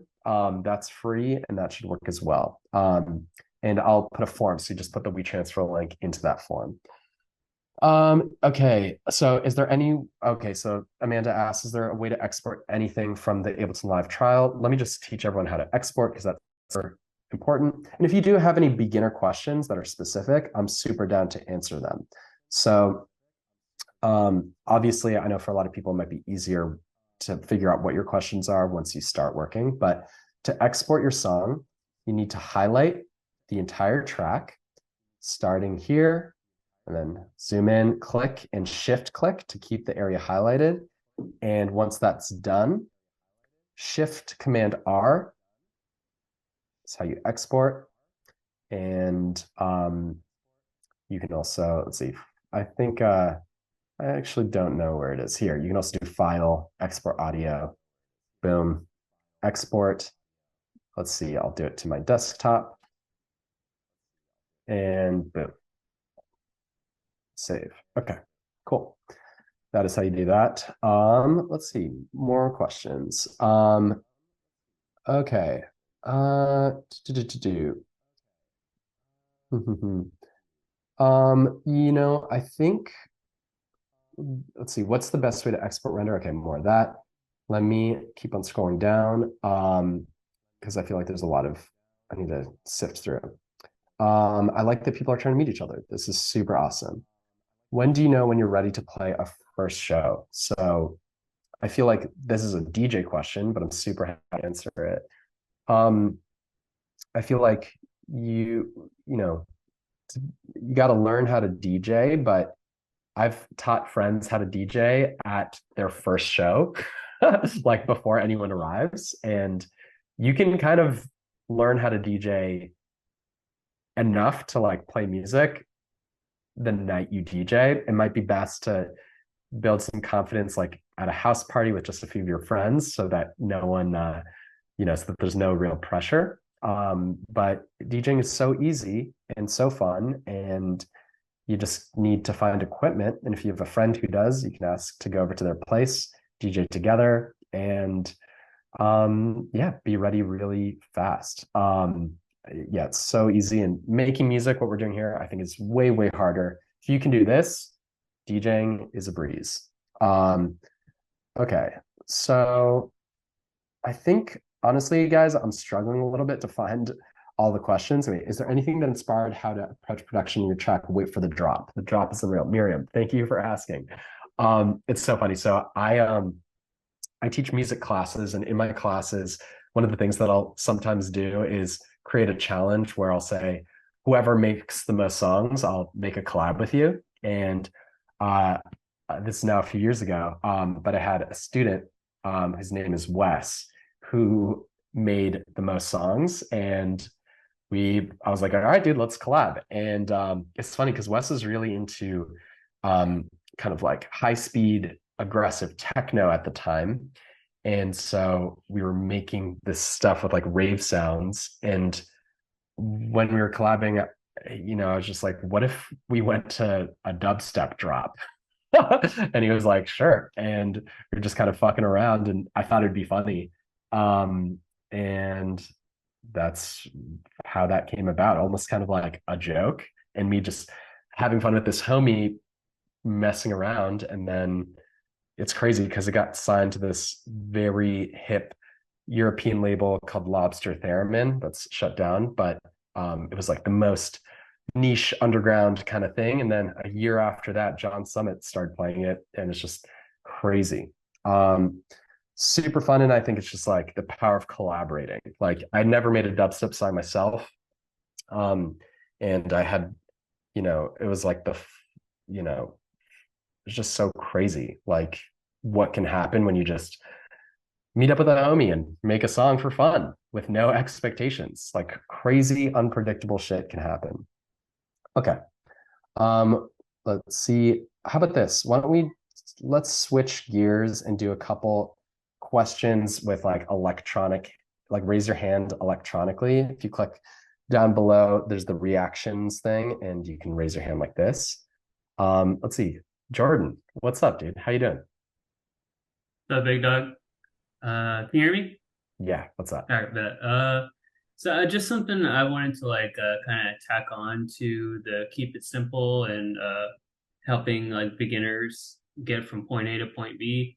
Find a track like you like, you're into the style, and just drop it into your arrangement and follow that for your structure so you don't get lost. Referencing like no matter where you're at in your musical journey is huge because it's like if you are into it, if you know that this song plays out well on a dance floor and you just follow that like formula, like you're good to go. You've done half the work. 100%, dude. Jordan, such good advice, dude. By the way, dude, Jordan, you down to host a breakout room tomorrow? In the chat, you free? Yeah, no, I'm down. I'll be Fuck off yeah. work by then. Fuck yeah. Let's go, dude. Awesome, man. Great to see you. Jordan's the man. Yeah, Check out likewise. Fumes. Fuck yeah. Great advice. All right, let me get some questions going.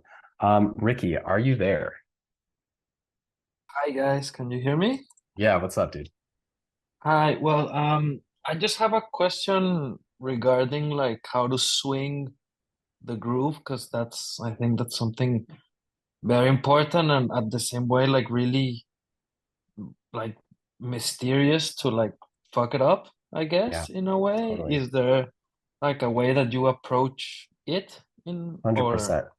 Mhm. 100%. Ricky, great question. And for those that don't know, let's just do a whole tutorial on swing. And if you're a beginner, you might want to not try this for your first song because it could be a little, it can make things a little bit more complicated than they need to be. Um, what swing is a very particular aspect to music, but you don't need to use this technique. Um, what we just did, this would be called like a straight pattern, and a swung or shuffled pattern is just different. It's neither better nor worse.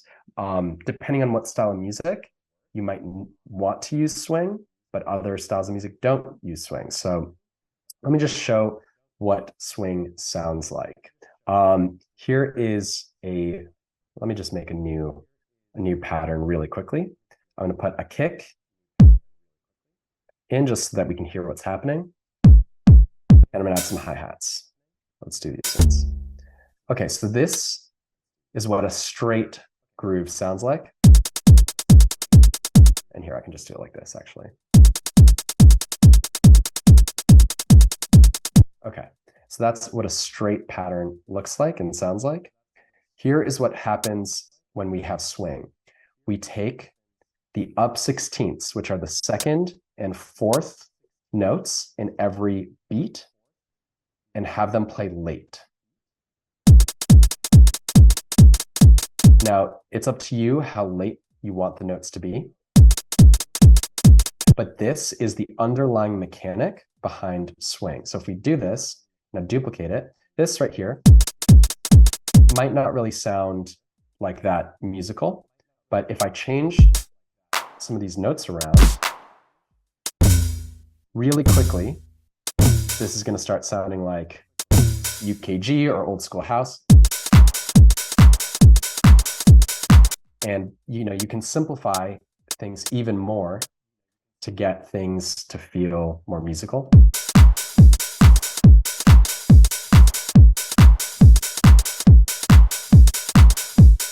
And pretty much with swing, everything that you're doing needs to be on the grid if it's the downbeat or the upbeat.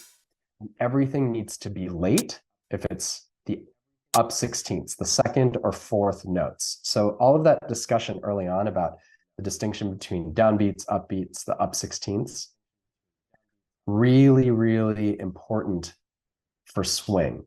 If you have the downbeats or the upbeats late, you're not going to get, it's not going to necessarily help you get that feeling. But an important aspect to swing is that everything you do needs to have the same swing. So also here's another way that you can do swing if you don't want to do it manually, but literally we could add swing to any of these ideas by just clicking on the notes that are not the downbeats, not the upbeats, but everything in between, and just dragging it so that it's late. So here's the balls. If I just drag this, and now everything will be late. Let's listen. That's really aggressive swing. Let me just split the difference a little bit.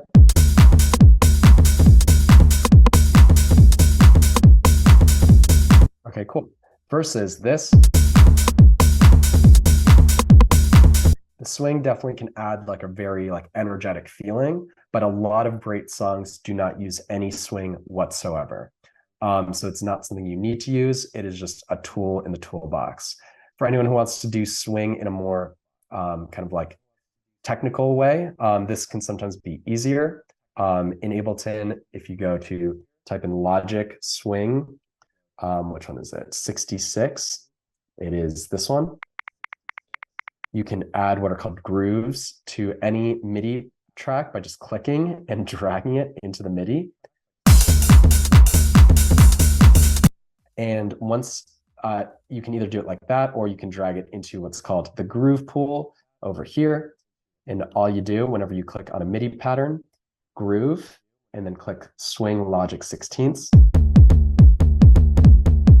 And that is how you do it. So we could add swing to this whole song by highlighting and, putting everything on swing.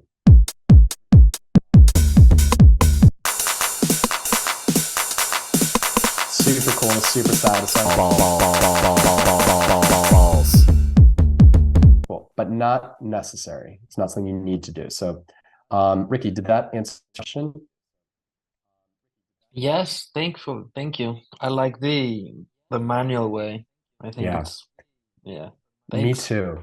I'm a big fan of the manual as well. And also, what you can do, if you want the best of both, you can see I've clicked groove swing. And Balls. here, wait, let's see. I actually, hold on. There's a way, I think it's this button right here. Is it this? Commit grooves. This little arrow, it'll make the grooves so that you can see it. See how now all the notes are actually late? You can see it essentially applies the groove into the MIDI, so that way you can like see it. And this is super useful because if you have swing, you need to make sure that all of the notes that you are using, all of the sounds that you're using are being swung. So look at this. Here, let me turn on 16th grid. This right here is a clap that's being swung. You can see that it's late. It's late. And this vocal is early. This will not sound ideal. Balls. It sounds, for a lot of people, they might not really notice that that's a problem, but what you really want is to line all of your sounds up so they all have the same swing. And so I'm just looking and getting it as close as I can for the vocal to be late with the drum sound. Balls. And you can, I don't know how well you guys can hear the difference, but this one is swung. This one is not swung. I'm going to make it red. It sounds like early versus this one sounds. And here, let me take out the clap. It's just in the groove. So swing is just when some of the notes are late. Okay, cool. Ricky, great question. I feel like that getting swing, if you're a more sort of like experienced producer, can be a great way to make this challenge feel super fun. Awesome. All right, let's keep it going. Noah, how you doing, dude? What's up? I just had like a question. I've been doing like tech house and shit for a while, but I just use Splice to find my synths. And Yeah. like I want to like learn how to like actually create my own, but I don't want to buy Serum or any plugins. So like where should I go like in that Yeah. way? Dude, I'm a huge fan of Operator, which is one of the like, stock synths in Ableton. And, look, depending on what you want to do, if you want to sound like Fisher, for instance, you might need to just use the same synth that he used. I think he probably uses Serum on a lot of songs. That's my guess. I don't actually know, but I feel like if you are comfortable with doing something similar that could just be a little bit different, even the Ableton sounds and synths can be awesome. So like for a tech house bass, I think, let's see, which ones do I really like? I really like the muted dark bass. That one's super fun. Like, I feel like this would be more in the vein of like someone like Pasa, maybe. Really, really simple, but like a super clean sound. And here, let's just put in a little bass line. For fun, I know I talked about this. You can take the tom pattern and make it a bass line. So here, let's just do that. I'm going to copy it and put it in here. Okay. And we might need to change the notes around a little bit, but this should be super funky. Okay, cool. Perfect. And maybe it's a little on the high side. Maybe we'll do some of these notes lower.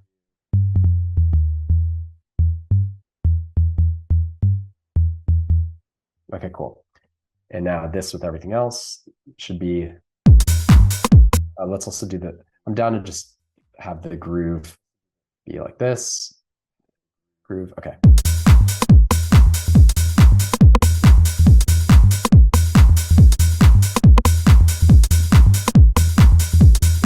But yeah, I don't know if this is, if you want something that's more like Chris Lake, or like, kind of like a bigger room sound, you could just experiment with like tweaking the synth a little bit. But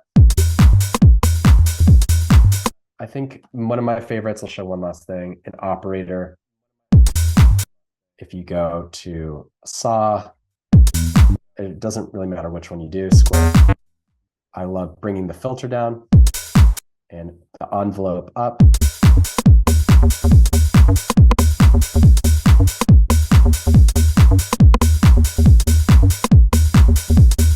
And I think something like this is totally usable for like a tech house track. You could even get like acidity with it if you increase the resonance. And look, I think I'm a big fan of these basic synth presets. I even just love the sine wave by itself, just the way when you open up operator and just, I'm a big fan of even this, like especially for techno, you can have like such a simple pattern. Like here's just a few notes. Let's see, let me solo it. I'm just gonna move some things around.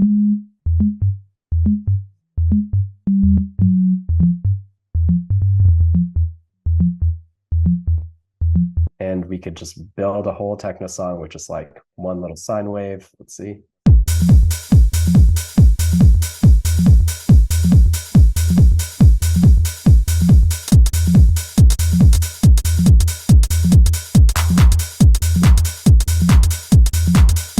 Yeah, so fun. And like, it doesn't need to be complicated. I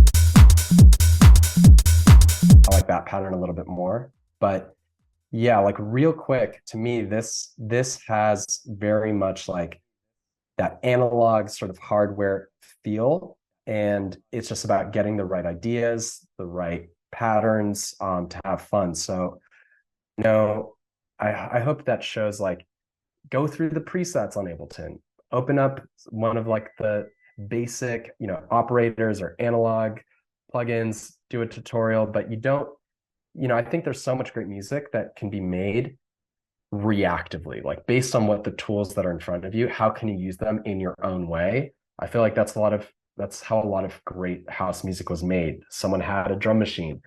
It was like, what do you do with this to make it work? Versus I think it can be harder sometimes when you're like, I want it to sound just like this other person and I want a synth that's just like that. I think that can be a little bit more challenging. And then you start comparing yourself just to that person versus listening to what's the sound in front of you and how you can make it work. Did any of that resonate with you, Noah? Oh yeah, for sure. Like I just feel like I overcomplicate my songs. Like I'll be ripping like 15 audios just to try to like just overcomplicate it, but simple is better. I just need to like remember that. Also, Alex, 100%. she texted me today about it. That's awesome. Yeah. Fuck yeah, dude. Great question. And yeah, man, I think there's so much value in just diving through presets and being like, this sound I can do something with, let's run with it. So, dude, hope that helps. Fuck yeah. Sure, Sydney, of course, dude, of course. Sydney, how you doing? I'm good. How are you? Doing great. What's up? I don't have a like production specific question. Is that okay? It's more like personal experience. Totally. Yeah, what's up? Um, I was wondering if you had any stories that like are vivid to you, like maybe more at the beginning of your career where you had like maybe a DJ gig that didn't go so great, or like a crowd that wasn't so awesome, or a time that you got told no. Because I DJ and I have, my nights of playing to like completely empty rooms and some of my good nights too. But for me, it's always inspiring to hear people's stories who, from my perspective, have like made it, and just kind of hear some of their stories about their harder moments to Oh, keep pushing forward. yeah, that's such a great question. Yeah, and I mean, I think the crazy thing is for people at all levels, there are continuously moments of like, that gig was not fun. Yeah. That was really hard. That didn't go well. And so I think what's so interesting is I feel like a lot of people might be surprised by how many things don't actually change. You still can be confronted with those challenges in between the best shows ever or whatever. You can still have those low moments where you feel like, wow, I totally cleared the dance floor, or, just this crowd is not into the music that I want to play. I think early on, my first gig that I ever got, I was 18, and it was kind of funny. I I just released a song on Dirty Bird, and I got invited to play at the coolest club in LA called the Avalon, and I was so excited. And it was kind of funny. The party that I was invited to play was 19 and up, and I had a fake ID at the time, and I used it, and I got it taken away. And I had to call the promoter, and I was like, "Hey, I'm stuck outside. Can you help me?" He couldn't get my fake ID back, but I was just like, "Oh God, this is a horrible start." And then I go into the club to play, and I'm not playing the main room. I'm playing it was called the Honey Lounge at the time, and it was just like the side room, and the main room was like going off, and the side room there was like three people, and I'm like, okay, we'll do this, and I pressed play on my first song, and they all left. And then Yeah. there were zero people. And it's funny, I invited a friend to come with me, and he wore shorts to the club, and they wouldn't let him in. And Yeah. so I was like by myself. And it's just like um it was just, yeah, like I feel like there are moments even today where, like maybe the crowd isn't responsive or this or that. And I feel like the thing that has always gotten me through those moments is I try my very best to play songs that I like. And I know for a lot of people, that's like a lot of DJs, like, you gotta play the right song for the crowd and this sort of thing. But I think, and look, I think there's wisdom there. But if you are playing to a group of people and some people are not really into it, you can have two options, right? You can play music. You can, let's say you're DJing and there's a song you really want to play. What's like an artist that you like? Just Me? get, yeah, just like an artist. I mean, I love Chromeo is like one Okay, of my top. awesome. I Yeah. love Chromeo too. So let's Yeah. say, you got the party and you're gonna play their classic song, Fancy Footwork, and you're like, Yeah. I fucking love this song, and it's gonna make, like, me being you, like, I'm gonna play Fancy Footwork, and I'm gonna have the best time. You're confronted with this option. You could be either be like, no, that's a horrible idea. I should play Fisher or whatever, or Katy Perry or whatever Yeah. thing is different that you think you're fine with Katy Perry, but like you're like, I need to play this Katy Perry remix to make people dance. If you say no to Chromeo, you play Katy Perry, here are the possible outcomes. What if you play Katy Perry and people don't like it? Yeah. And they're like, we don't, boo. Not that that would ever happen because she's awesome, but what if they're like, no, we don't want this either? You're like, fuck, I should have just played Yeah. Chromeo because at least I would have enjoyed it. And this being untrue to myself is not doing me any favors. That's one option, one outcome. The other possible outcome is you play Katy Perry and everyone loves it. And the promoter comes up to you and is like, Sydney, you turned this party around. This party's amazing. Come back next week and play again. And then you're gonna have to come back and then play more Katy Perry. And Yeah. you're only going to fulfill this sort of future that is like not authentic to yourself. And while it might work in the most amazing, like if if you just like read people's minds and you did it, like, I feel like that's hard to do, but if for some reason it actually works, you're just going to create a situation that you will not find sustainable if it's not authentic. And you'll find that like DJing and making music is not that fun when you're not being true to yourself. And so I'm a huge fan of doubling down and playing Fancy Footwork and Chromeo, even when it seems like the least logical thing. Because, like, let's say there's 100 people and 99 people leave the dance floor, but there's one person who's like, this is the best song I've ever heard in my life. Sydney, who are you? Yeah. That one person is all you really need to care about, because that's the person that appreciates you for who you are.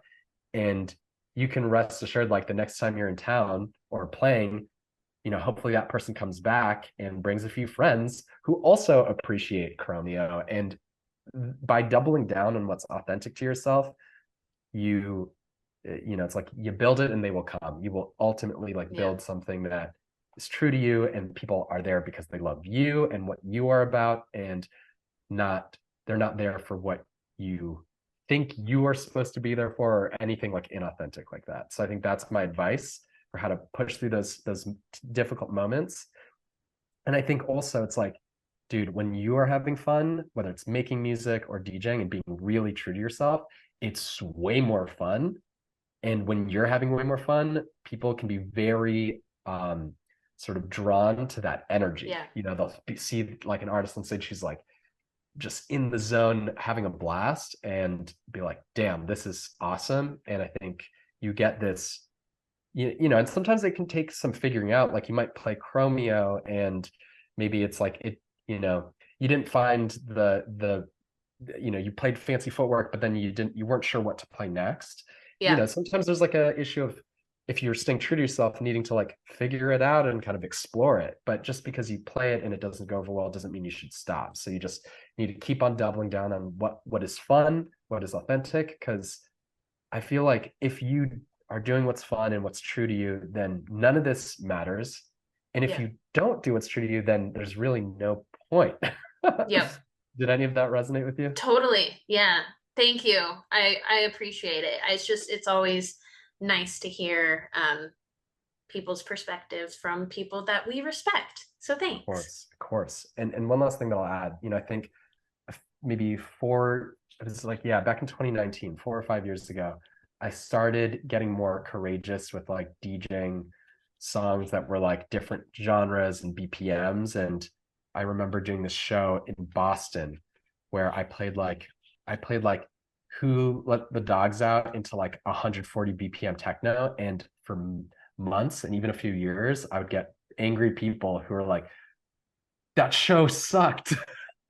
They're like, why the fuck did you do that? And they're like, dude, I paid money to see you play and you played Who Let the Dogs Out. Like, what? Like, that's fucked up. And I'm like, that does suck that you are really unhappy with how you spent your money for that evening. But it was like I just was having fun. And at a certain point, it's like, I'm sorry that you feel that way, but I got to play Who Let the Dogs Out because I think that song's hilarious and awesome. And that's the energy. And it's funny because you stick with something and then I feel like maybe you're early to the party and the crowd needs to catch up to you. And if you just stick with what you love, you might be like the first person who is doing something different in your town, in your city, in the scene. And I just think if it's true to you, then fuck yeah. So cool. Hope that helps. Yeah, thank you. Of course. All right, let's keep it rolling. Great questions. John, how you doing, dude? Hi. I saw you play in Seattle. It was a while ago. I was visiting my friend. It was a really cool show. Awesome. Good job. I wanted to ask like a really pragmatic question.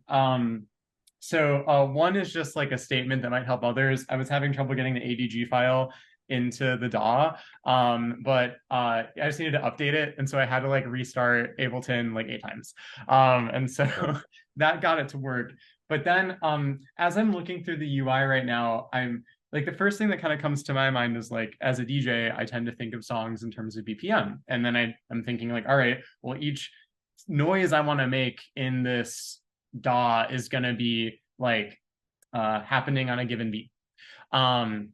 And so I'm just wondering, like, how do you understand how many beats per minute your song is? Like, what does the grid mean in terms of just like, is it already set up where it's like, you're just putting songs on, you're putting a noise on a beat and it's going to come in at that time? Like, I'm just wondering if you can kind of explain how a DJ who understands beats per minute and like parts of the song, how do you like have that intuition translate to working with Ableton? Totally. Great question. So I'll try to make it as simple as possible. So to adjust the BPM, there's this number here. You can type in any number you want between, I think, let's see, 20 And I think 999 is the upper limit. So you have all this range of possibility. And I think in terms of where to set it, I would look. John, do you DJ? Yeah. So you could look at other songs that you like to DJ and feel what you're inspired by and look at the BPMs of those songs. If you're interested in house music, like 120 to 130, techno, 130 to 140, could be faster. You just kind of like reference it. And I think it's really fun to, even try making music at a speed that you're not even sure what's going to happen. And I think my biggest hope for you is, you asked such a great analytical question about where to place the sounds. I think with what I spoke about, the downbeats, the upbeats, the up 16ths, there's some theory there, but ultimately it's, even when it's called music theory, the reason it's not called like music law is because there are no strict rules. And the only thing to guide you in this process is your intuition and the way things feel. And I think that's my biggest piece of advice for you is actually, as much as possible, to find ways to let yourself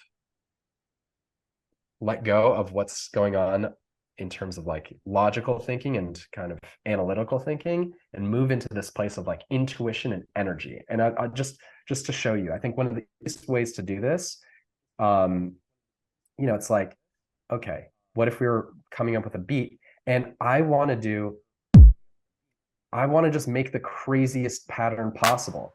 Let's try to make the craziest fucking thing we can. Okay, let's see. All right, so let's see. Just put some stuff in here. And here, I need to loop it. Okay. Let's do some of this where it just goes even crazier. Like that was me just drawing as many shapes as possible. And what's funny is I could put that into this song and it could still work. Here, let's go to, I think this is the section that it'd be best for.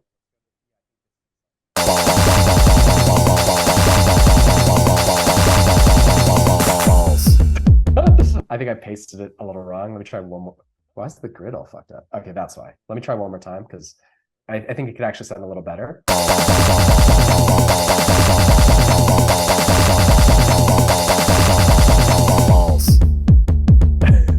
The shuffle sounds weird, but you see how like this, I do think where you need to be thoughtful is your kick and tom pattern. You need to listen to those two elements and they do need to make you dance.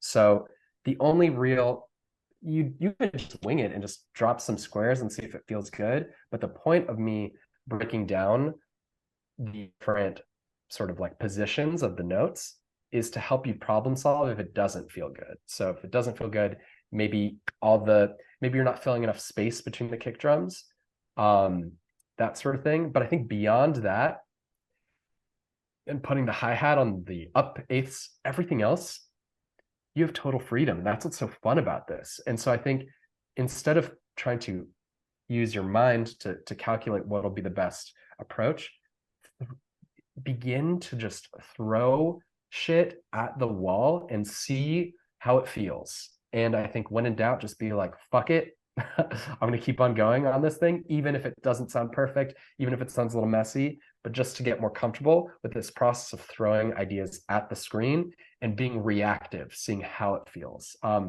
Does that make sense? Yeah, I think it does. Like my mind was going down like, okay, but if I want to like have a vocal, then like how would it fit into this grid pattern? And I think I went like way too far. I think the point of this exercise I'm kind of getting from your explanation is like you have a set of sounds, you're going to put those sounds into a grid and you're going to see how that feels. And you're going to get an intuition of like how you assemble something. And then you can maybe go deeper in like how you make your own sound, like how do you fit it into the grid, like stuff like that. Exactly. And here's the thing, because like you looking at the screen, if I like, look, I were to just open up this MIDI, and there's no way for you to be able to like really understand exactly what this is going to sound like, but you're going to know it's going to sound crazy. Right? Looking at this looks less crazy, but it's not necessarily the easiest thing to understand what this is going to sound like unless you press play. Right here, let me turn the groove off. I'm done with it. Right, so you need to be comfortable just throwing stuff at the screen and see how it feels. And if there's a problem, move something around. Right? If there's a problem because something's too busy, simplify it, right? You know, it's this process of like, you know, that's really the fundamental way that you learn, is just throwing shit at the wall, being reactive to it. And yeah, you know, I think when in doubt, just be silly, have fun, be like, I'm gonna make this crazy, and then contrast it with something really simple. I think that's my biggest piece of advice for how to move forward. Does that resonate with you at all? It does. Thank you so much, Justin. This has been an absolute pleasure. Of course, dude, likewise. Stoked to have you in the mix. All right, let's keep it rolling. I'm gonna do a few more and then we'll shift gears into like a little song share. I'll try to do like another 10, 15 minutes. Miko, how you doing? Hi. Yeah, so my question is about your journey, your career, because I admire how you s- I admire how you started with like Let Go and now you're releasing stuff like Boss. Like the spectrum of energy you've occupied is so wide. Did it feel natural for you to go shift lanes, or did it actually feel like shifting lanes for you, or just felt natural? Great question. Well, it's kind of funny because the last show that I did, like last weekend, was in New York, and I played both of those songs in the same set. And dude, you know, I just think hmm, there's Balls is really, it's just an 808 and a vocal. The very first song I ever released was on Dirty Bird, and it was also pretty much just an 808 and a vocal. You know, and it's funny because a song like Let Go, that is like a collaboration that I did with a couple other friends. And one of my friends who sang, another friend who played guitar. When I started collaborating with people outside of myself, collaborating people with people, period, especially collaborating with people who weren't just other DJs, at first it was like just so fun. It was like, what is this? This is so exciting. And it was just like inspiring and trying something new. And then when it came to releasing that music, there were some moments where I was like a little afraid of being like, oh, are people going to like this? But I think for me, dude, music is, when I make music, I just want to have fun. I want to enjoy the process as much as possible. And enjoyment could mean being silly. It could mean I'm really sad and I need to write a song to make me feel better. It could be I'm really angry and I need a song to like let blow off some steam. Whatever the emotion that I'm feeling, like making music is simply the vessel for just expressing myself. And I think when it comes to releasing music, I think of it as like, dude, it's just these, like the songs I make are just these snapshots, like these Polaroid pictures of different moments. Balls is a moment where I was talking to a student who was taking it all too seriously, and I like wanted to make us both laugh. And it was really fun to make. Let Go, you know, my friend Josh, who wrote the lyrics, you know, it's from a Chinese proverb that's literally like, let go or be dragged. And he was going through a breakup and he felt like he needed to talk about how he really had to let go to move on, and how him like clinging to that bad situation was not helping anyone. And I think fundamentally, it's like those two songs, as different as they might seem, they both represent the same mechanic of like feeling something and wanting to like express it through music. And I think if you do that authentically, it might not be logical, but I think people can understand you as an artist for just being yourself, and I think that's just, once again, the thing to double down on is being true to yourself. And I think so much, there's so many artists who create a box for themselves. Oh, I'm going to be a techno artist, and everything's going to be, all my pictures are going to be in black and white, and all my music is going to sound like this. And that can work. But I think if that techno artist wants to make a disco song and they're like, no, I need to make techno, I think that just sounds really not fun. And there's artists who create different personas and different aliases. And I think for me, I don't lead from the brain when it comes to making music. I lead from energy and excitement and fun and emotion. And I think that's the most enjoyable way to do it. And I think for anyone who wants to develop a career, I think like you can have, I like to think about it as like you have an inner artist and an inner manager. And when it comes to making music, I always want my inner artist to have total freedom and not have some manager in a suit being like, no, you can't do balls, that's too silly. Or you can't do let go, that's too, no guitars. No guitars are allowed. I feel like that just sounds so lame and constricting. That being said, when it comes to like releasing a song, I can hand balls to my inner manager and say like, this is the song, what do we do with it? And I when it came out, it was like almost a year ago, and at the time it was like all the like Adam Levine memes were happening. And I just like released it with like making fun of like the Adam Levine memes, and was like, guys, this is like obviously like just a silly fun song that I made. People were like, cool, they're not, you can just help explain the story behind why you wrote the song. And I think you can send it to different labels can help contextualize what vibe a song is. And it's like, if you release a dubstep song on a dubstep label, people will understand that you're now exploring dubstep. If you release a house song on a house label, they'll get that. And I feel like artists like, John Summit, he can play dubstep, he can play house music, and people are just fine with it because he does a good job, he loves it, and he makes it fun. So you can really do anything. And I think it's just about splitting up that step between being the artist, making it without any restraints, and then thinking as like an inner manager, being like, how do I get this out into the world? And how can I tell the story so that it's a little less confusing for people? Did that help answer your question at all? Yes, I needed to hear that. Thank you. Awesome, dude. Of course. All right. This is so much fun. Love these. Let's do one more. Let's see. I'm just gonna go in order. Let's see. Don, is that your name? My name's weird. It's Donald, but Donald. Nice to meet you, man. yeah. Hey, man. My hometown's Boston. I'm sorry for the experience you had there. It gets kind of cold and the tacos are really bad, so we can be kind of mean sometimes. But dude, so much love for Boston and what I do.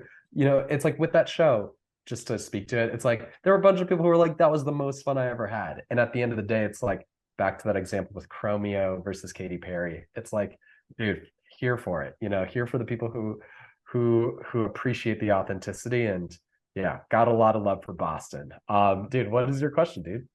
so maybe you can help me. I'm having kind of an existential crisis in my production journey. You were talking earlier about like the relationship between the kick and the bass, and the most important thing in mixing is like sound selection and volume. I've had the issue, like, as you can see, like this is my studio. There's no treatment. I'm kind of nomadic. I live in different places. I have these portable speakers. I have headphones.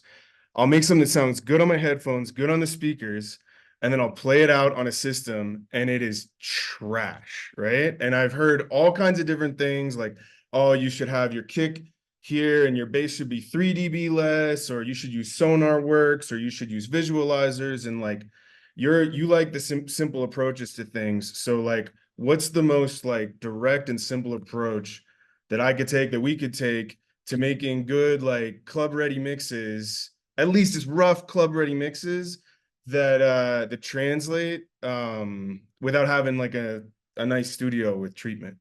Totally. Totally. Great question. And dude, I'm with you. Like, these are my headphones. They don't have the best low end. And so I feel like you can make music on any sound system. It does not need to be perfect, but you just need to be able to get used to it. And I think for me, I pretty much make all my music on an imperfect sound system, these headphones. Like, the low end response is not always there, but what I use to fill in the gaps is the visual aid. And this is the rationale behind why I use the visuals and which visuals I use. So do you DJ also? Yeah, I do. Okay, cool. So and I'm assuming you might use Rekordbox to like load up the songs that you DJ. I use Tractor and Okay, my use Tractor. TR8, and it's I mean it's the same thing. Yeah. Cool. Awesome. So dude, Rekordbox, Tractor, Serato, all the same thing. And when this is like how I kind of like developed my approach. I would be seeing the songs in my DJ programs that hit hard, and it's like, dude, maybe I was on the dance floor at a club or a festival and I heard a track and I went home and downloaded that track. And now I know for a fact that that track hits hard, right? Throw it into my DJ program to DJ it. And over time, I feel like I could see the shapes and patterns that aligned with songs that hit, right? And I think where I started things off in this whole class directly addresses that question. I think some of the biggest things are the relationship between the kick and the bass. And I guess like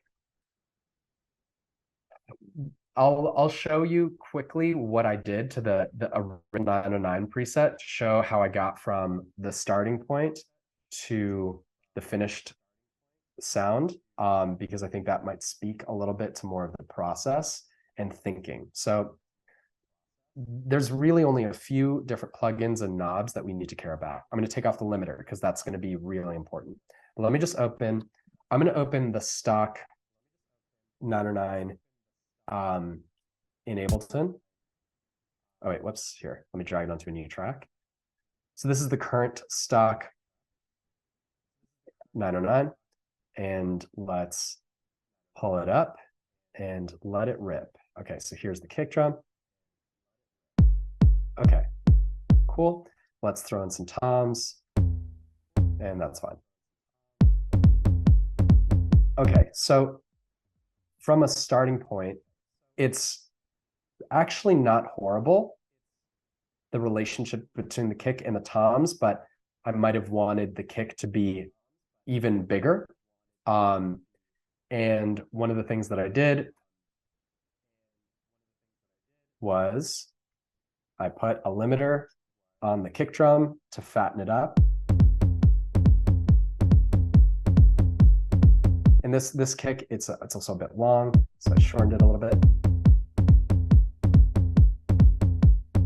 And now I feel like it's a nice chunky shape compared to the tom. And all that we need to do now is bump the master so that the whole waveform gets bigger. And when I'm mastering, a rough, it depends on the track, but I normally look between -6 and -12 dB for where the gain reduction hits. And it's hitting close to -6, so I think it sounds good. And dude, this is it. This right here, I promise you, would make people dance and would totally work. If I'm working on a song and I cannot have I don't have confidence that the kick and bass by themselves will make people dance, it doesn't matter how good the rest of the song is. It won't feel good. Once that does feel good, essentially you just need to make sure that you're not ruining that low end with muddiness and the other sounds. And everything just needs to be mixed at an appropriate volume. If you have a bunch of mid-range stuff, you just need to make sure that the mid-range isn't too cluttered. Because if you have a bass like that and the mid-range is simple but effective, you don't need to do a lot of processing. You'll need to do more processing. Like someone mentioned the song Let Go that has, I don't know, that song probably had like 200 tracks in it with like, you know, vocal stacks and vocal harmonies, and then 5 guitar layers and, you know, a bass line, but then maybe like a synth bass and a real bass and all these different layers. But it's like a fractal, you know, it's like all of those, you know, elements, they need to be mixed into a small number of groups ultimately to like make things understandable in your mix. And it's like, if you can mix 3 sounds together, mixing 30 sounds becomes way more doable. So what's great about this challenge is I play out songs that are just with the stock 909 and they crush it. And so if you're unsure of the sound selection, this is like a good starting point to learn what effective sounds can be like. Like I use that 909 kick sample on so many songs. You can get a sense of what works for your low end. And as you develop that intuition, you can apply it to other sounds and use that intuition to gauge, like, is this kick sample working? Is this bass sample working? I'm going to swap the kick with the 909 kick. Damn, this song now feels way better. Oh, the kick is way too quiet. I'm going to make it 12 dB louder. All of a sudden the song snaps into place. But I know I'm making it really simple. It can be this simple, and really overcomplicating your tracks is what makes it not simple. And even when they are complicated, you should be able to frame everything into a context that is this simple. It should be kick, bass, kick being louder, you know. And I really do think if you're there, then everything else is just a matter of not ruining it, making sure the volume is at an appropriate level, and making sure things are simple enough that there's enough contrast between breakdowns and drops, etc. And yeah, I mean, it's really like applying everything that I did today with a balls vocal and a 909, but to everything else in your song. Does that make sense? Hell yeah, man. Thank you. And you use the mini meters? Do you use any other plugins for your visual monitoring, or just mini? The mini meters is something I started using recently, but normally what I would do is bounce the song down and put it into my DJ program to look at it that way, which took a lot of time. So mini meters is like a game changer because you can do it in real time. But even if you don't want to spend the $10 for it, you can bounce things down, put them into Tractor, see how they look. You can solo your kick, solo your bass together, bounce it down, see what that looks like in Tractor. That's like, if you want to do some like problem solving on some of your older songs, that is like the perfect place to begin. And dude, I'm curious, like shoot me a message on Instagram if you like take a screenshot of what your kick and bass on a song that isn't feeling good looks like. And if it doesn't look like this, then I'm very curious to see like how, if you can adjust volume and adjust some processing to get it like that, if that doesn't change the game on your song. Does that make sense? Yeah, man. Thank you very much. And if you play in Boston again, I hope you play Who Let the Dogs Out. Donald, I got you. Let's fucking go. Appreciate it. All right, guys. I think I'll have time for more Q&A tomorrow, so don't feel like this is it. And let's end with a little bit of a song share. How does that sound to everybody? Fuck yeah. So feel free to drop some SoundCloud links in the chat, and I will do my best to fly through them. And I'm going to try to play only a little bit of each song. That way we can give people the chance to make music today and get on to Ableton stuff. Let's see, I'm clicking all these links. All right, Adam, fuck yeah. Chris, Jordan, Eric, Sean, let's go. Jacob, Luke. Where's okay, boom, Mike, Miguel, Sid, Nicholas, okay. Slay, Jacob, Arena, dude, so many tracks. This is so awesome. Okay, iPhone 3, Sam, Jeremy. Dude, there's a lot of songs. Jeez. I'm gonna have to do like 15 seconds on each song and be really strict about it because I'd rather give a lot of people the chance for even just a second. But I apologize because I'm gonna hear all these great songs that I'm not gonna be able to hear. Okay, Brian, that's it. I caught up to all the comments. My browser is filled with orange SoundCloud links. And let's fucking go. All right, hold on a sec.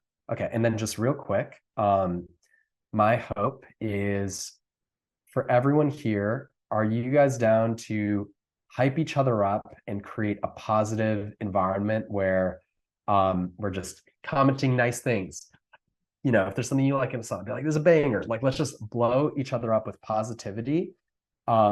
Because yeah, we don't know. This might be someone's first song, a work in progress, etc. And I just think one nice comment could go a really long way for someone. And we're all here just trying to learn and get better. So with that in mind, let's fucking go. All right. And here, I'm gonna try to keep an eye on here. I am going to switch. I have my phone for my camera. I'm going to open up a clock just to try and be as fair as possible, so that it's like 15 seconds per song. All right. Wish me luck as I try to DJ this DJ set. All right, here we go.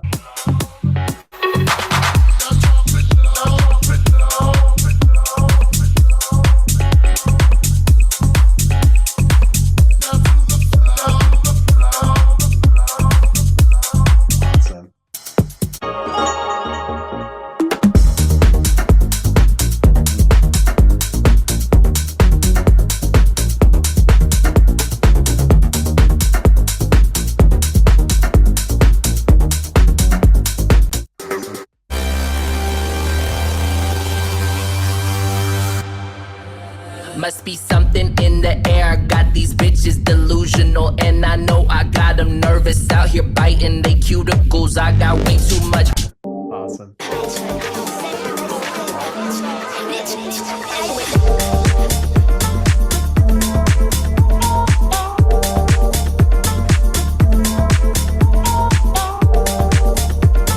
Unreal.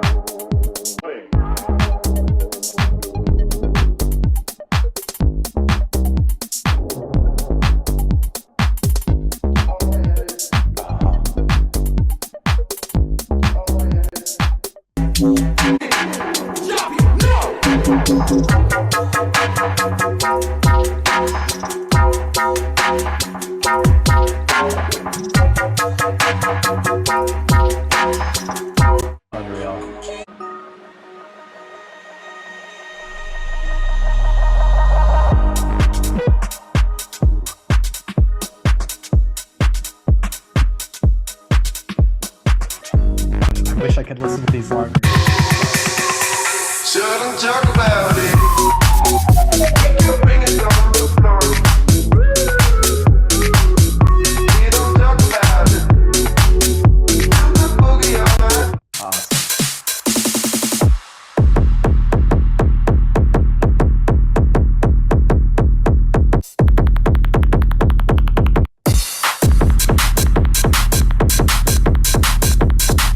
So sick.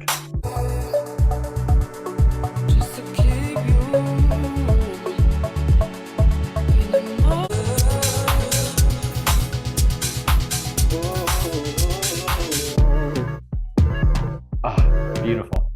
Move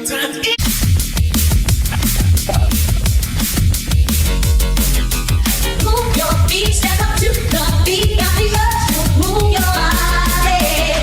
Good time is now ending. Awesome.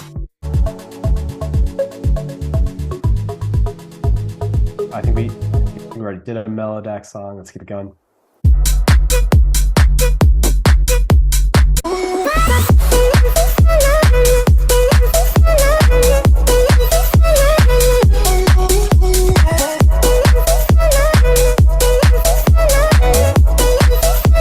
So awesome.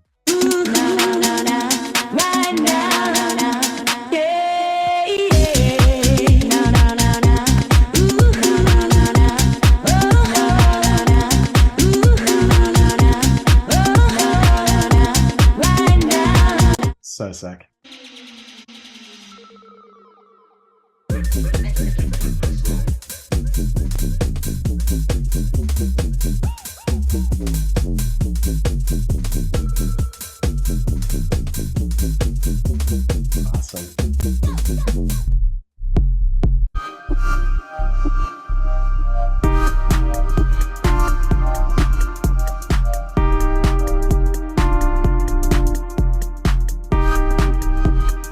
Awesome.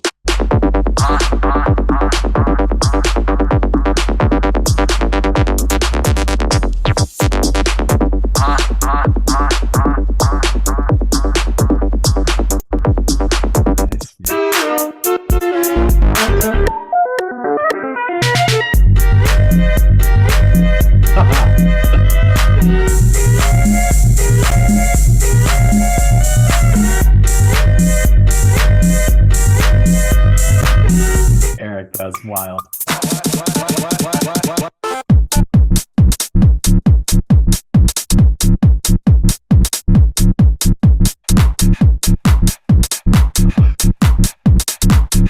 So awesome. You can't have my isolation. You can't animal. I wanna feel you from the air. Awesome.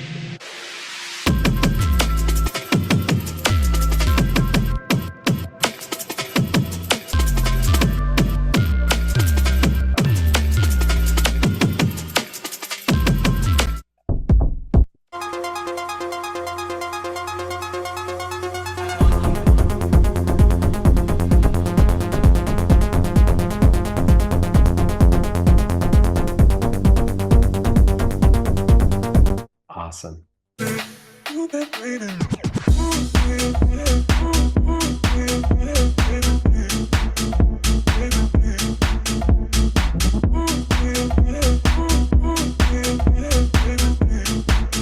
So sick.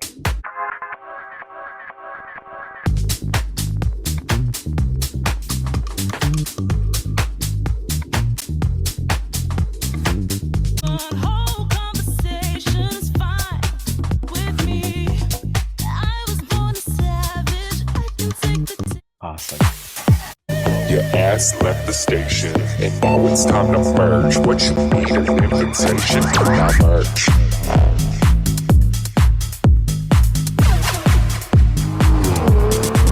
I wanna. Awesome.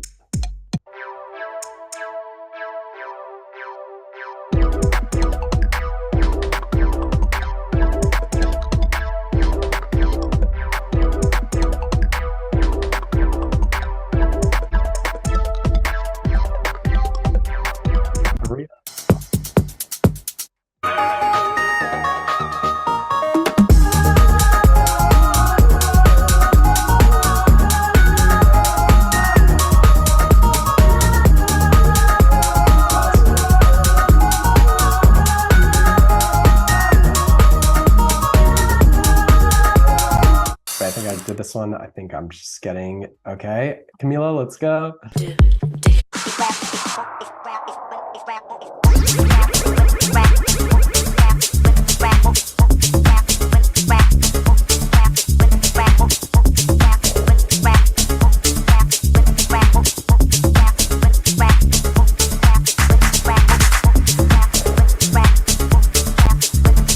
That's awesome.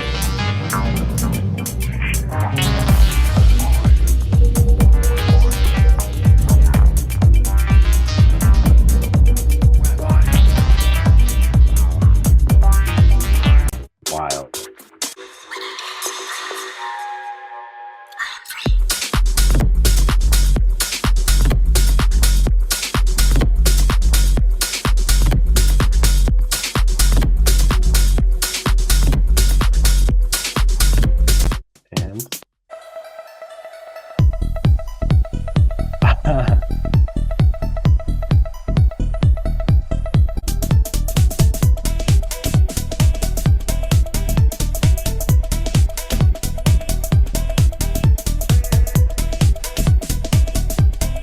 Amazing. Everyone, you make some noise for each other. That was awesome. Let's go. Let's go. Fuck yeah. That's awesome. Guys, insane. Seriously. So much crazy music that's being made. And yeah, I hope everyone takes that positive energy, run with it, have some fun this weekend, be silly, let go of the self-judgment, just create something. And what's awesome about this weekend, that I think is so cool, is that you only have 24 hours. You know, you don't have that much time. And I think with that, I feel like often that sort of deadline, that time constraint can yield so much creativity. And you're going to just have to let go of the perfectionism and be like, fuck it, I'm just getting this thing done. I have to send it to Justin. And yeah. So guys, get out there, have some fun. See you tomorrow, same time next week, or no, same time literally tomorrow, 12 p.m. Pacific. I'm gonna send out a form over email for where to send tracks. I'll also post it on my Instagram story. But yeah, I think beyond that, let's fucking go. Who's ready? Give me some thumbs up if you're ready to make some music. Fuck yes. Awesome. Thanks, Awesome. Justin. Appreciate you. Of course. Much love, Lex. Thanks for swinging by. Have a great afternoon, evening, and I'll catch you guys all tomorrow. Thanks, Justin. Later. So, thank you so much. Thanks, Go. everybody. Let's Bye, go. everyone. Have a good night. Of course. You Good think night, 808 everybody. superiority. Let's go. All right. Peace, everybody.